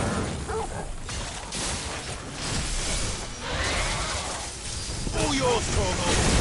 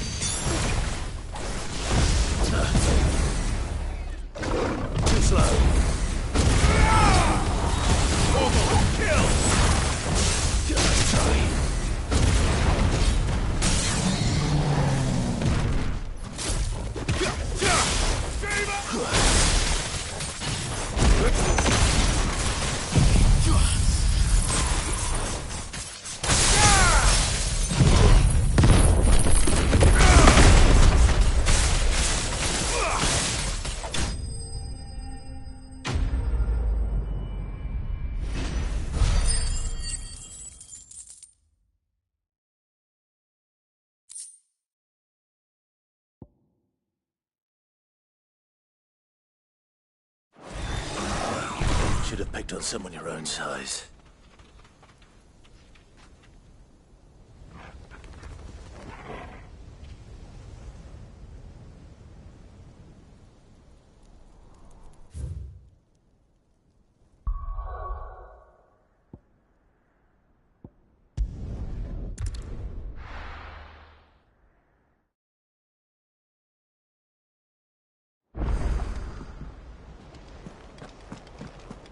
Come back.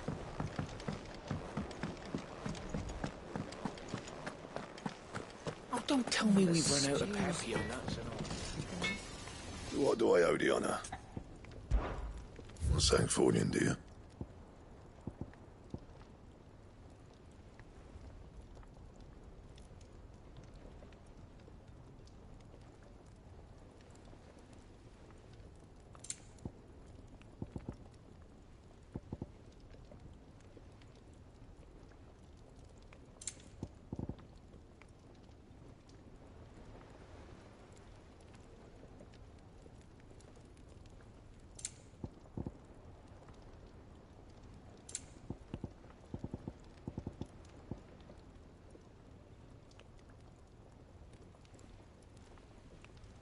And?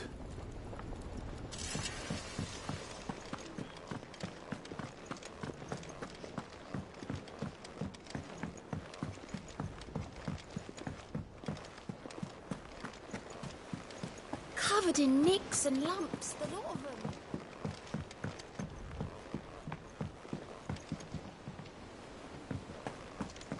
I still say it were a compliment.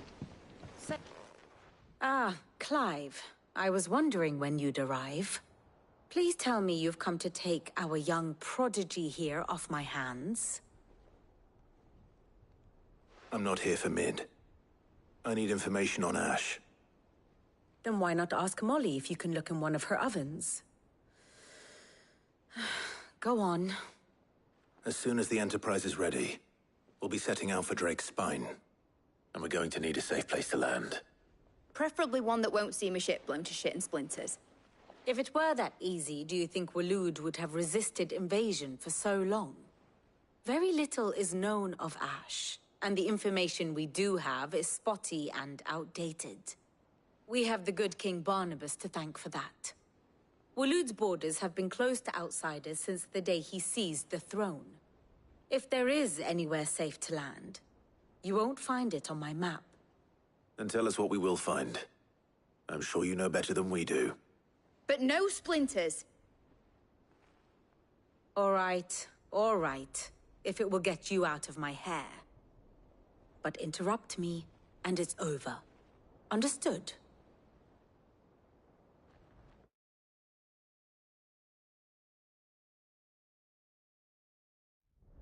Barnabas Tharm, the one they call the Last King. Understand him, and you will understand the kingdom of Waloed. Barnabas was only a boy when he arrived from beyond the southern seas, and barely a man before he united the ragged tribes of Ash. And having unleashed them upon the formidable Veldamark, he set his throne upon the ancient kingdom's ruins. The victory sent shockwaves around Valisthea, tales of Odin's might spreading through every court, parlor, and drinking hole in the realm.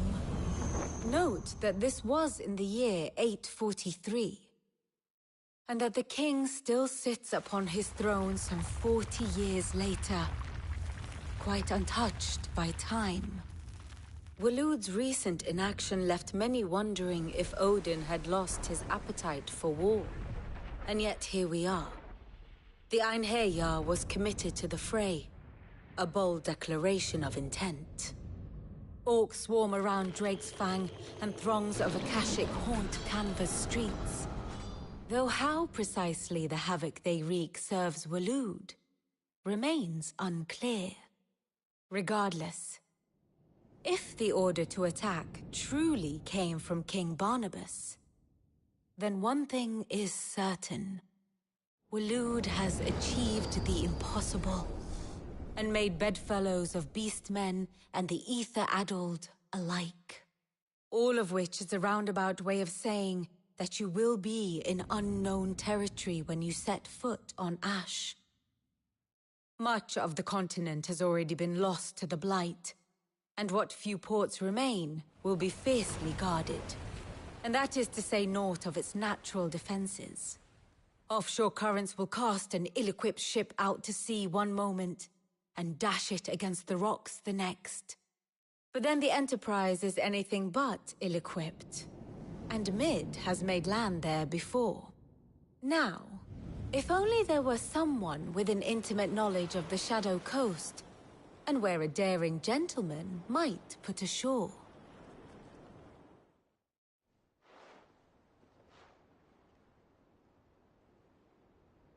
You see, Clive, you had the answer all along. Do you think you can get us back to that beach, Mid? Picked you up from it, didn't I? Not that it were easy. The currents were a right bastard. But then, if it wasn't hard, it wouldn't be worth doing, would it? Well said. Thank you, Lady Vivian. If a few morsels of common knowledge and a sprinkling of tavern talk are worthy of your thanks, I wonder what genuine intelligence might earn me. Probably more visits. Mid, I need everyone in the ale hall now. I'll fetch Joshua from the shelves. Aye, aye, Captain.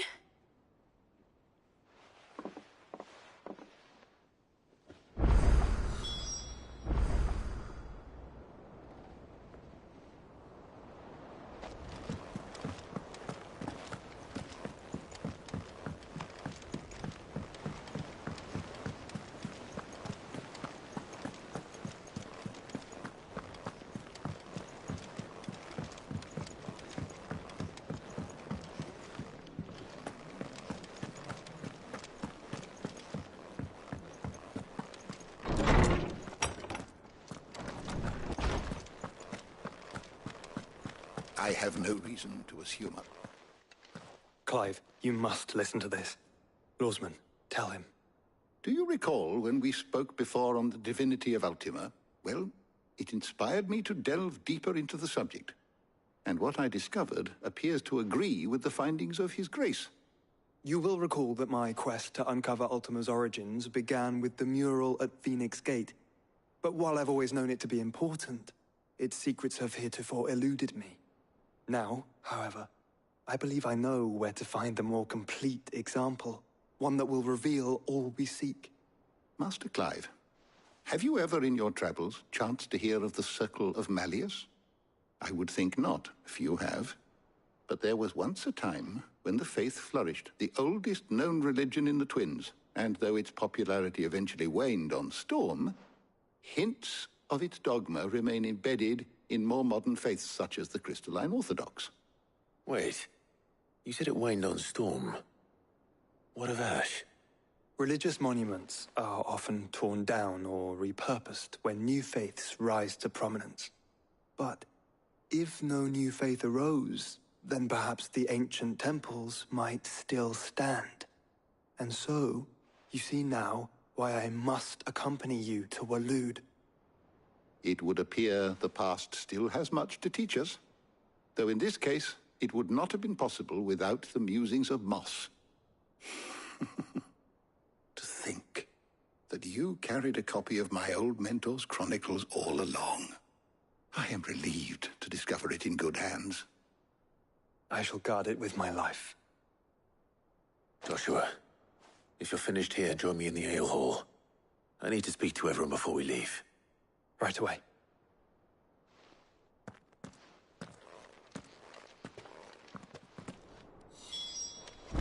Mid said I can ride the Enterprise.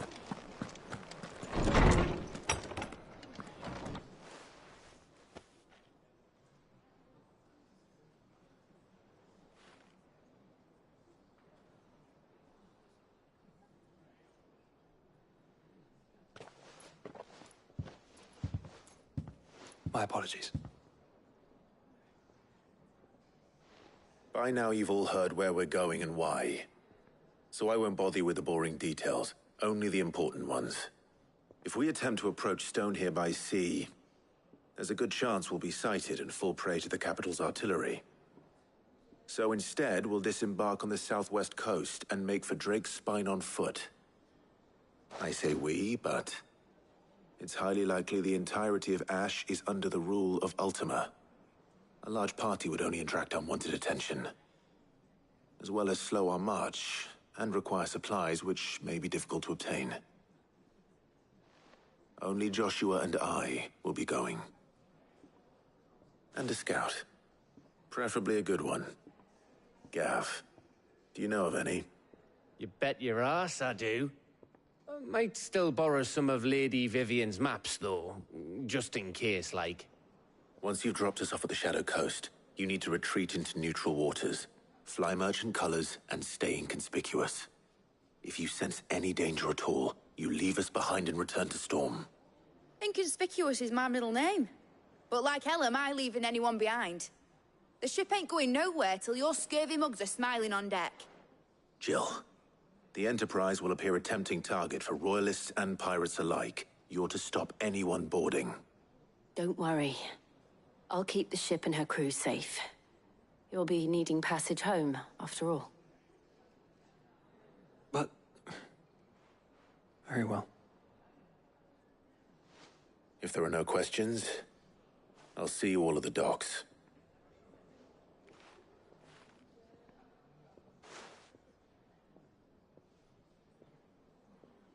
Let me know when you're leaving. I want a word before you go. Of course.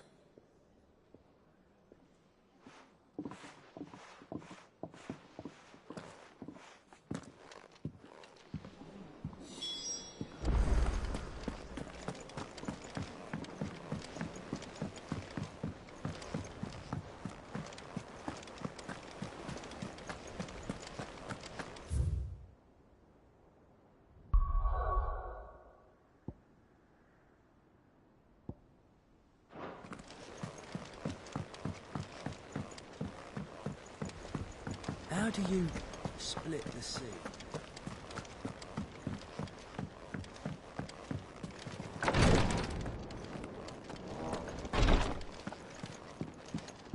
Please, Your Grace. Ah, my Lord Marquis. Yote, is anything the matter? You seem troubled. Perhaps I might be able to help. My lord. Yes. Perhaps you might. It's your brother. His condition continues to worsen, though he does his best to hide it. The lesion on his chest pains him more with each passing day. I had feared as much. There are certain elixirs which can ease the suffering of those afflicted by the curse, but... But His Grace's case is severe. The drafts I have been able to prepare for him thus far have ceased to have any real effect. So I consulted with Talia and certain of my comrades among the Undying about the possibility of finding something stronger. And thankfully, a recipe was found. The only problem being that the critical ingredient is exceptionally hard to come by, and our supplies are almost exhausted. Unless we can secure more soon, your brother's anguish will likely become unbearable. My lord, I know that I have no right to make demands of you. But would you help? For Joshua's sake.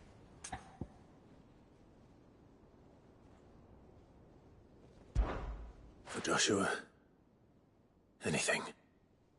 Thank you, my lord. So, what is this critical ingredient? A rare herb by the name of stonerwort. It grows only where the ether is densest. The vigor it stores in its stems helps to counteract the curse. We discovered a patch near the aqueduct in Rosaria.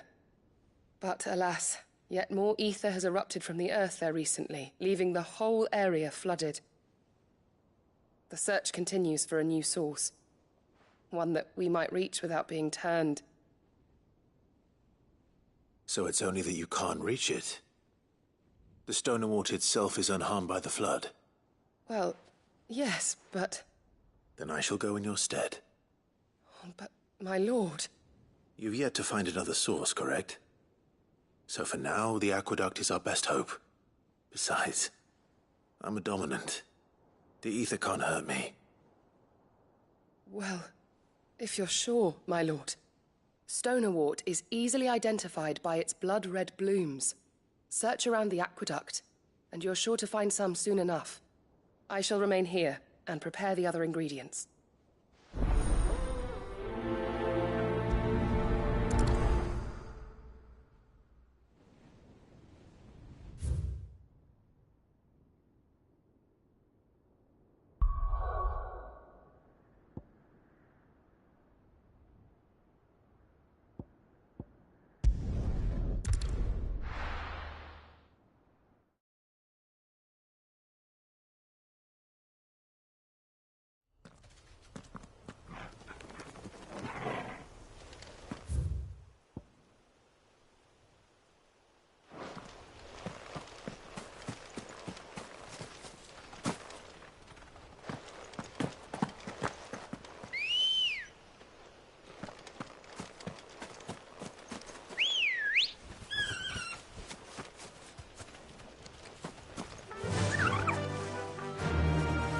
run like the wind.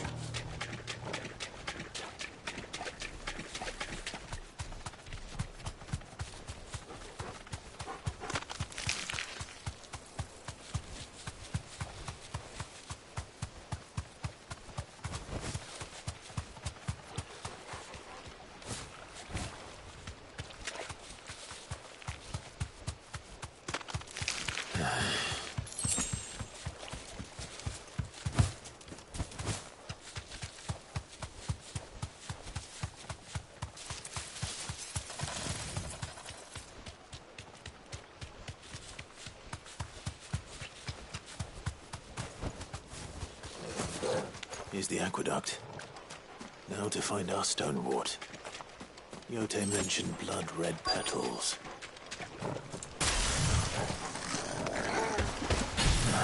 Just my luck. Won't be taking anything till they're gone. There's only one thing for it.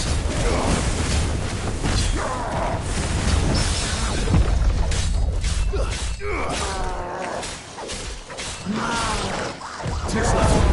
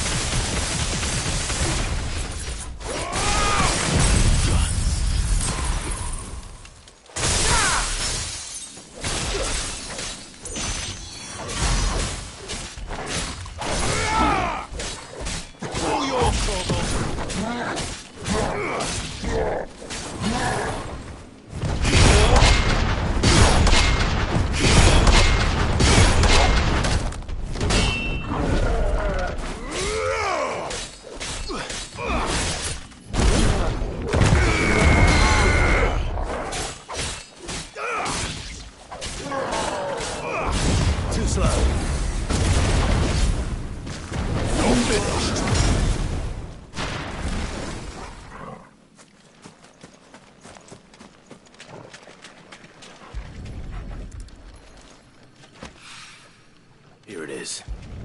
Better collect as much as I can before reinforcements arrive. Right. That should do it. Let's get these back to Yote.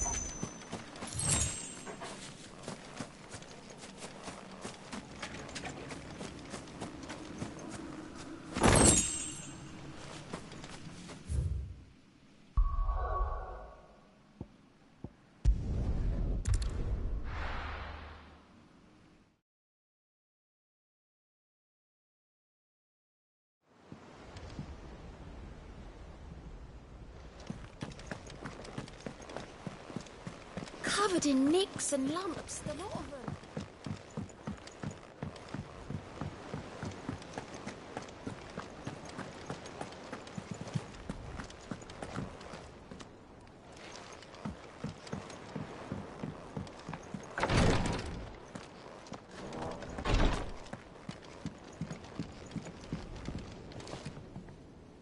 Yote, I brought back all the stone and water I could find. Will this be enough?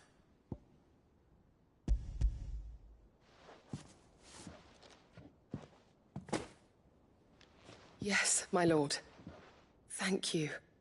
I'm sure it will serve us until we can find another source. I'm very glad to hear it. You and His Grace are very much alike, you know. You think only of how you might help others, and never of the danger to yourselves. No more than you have minding my brother. You've risked a lot for him, and I thank you for it. I am honored that you should say so. But I beg you, my lord. Do not give too much of yourself for the sake of others. We could not afford to lose you. I'll keep that in mind.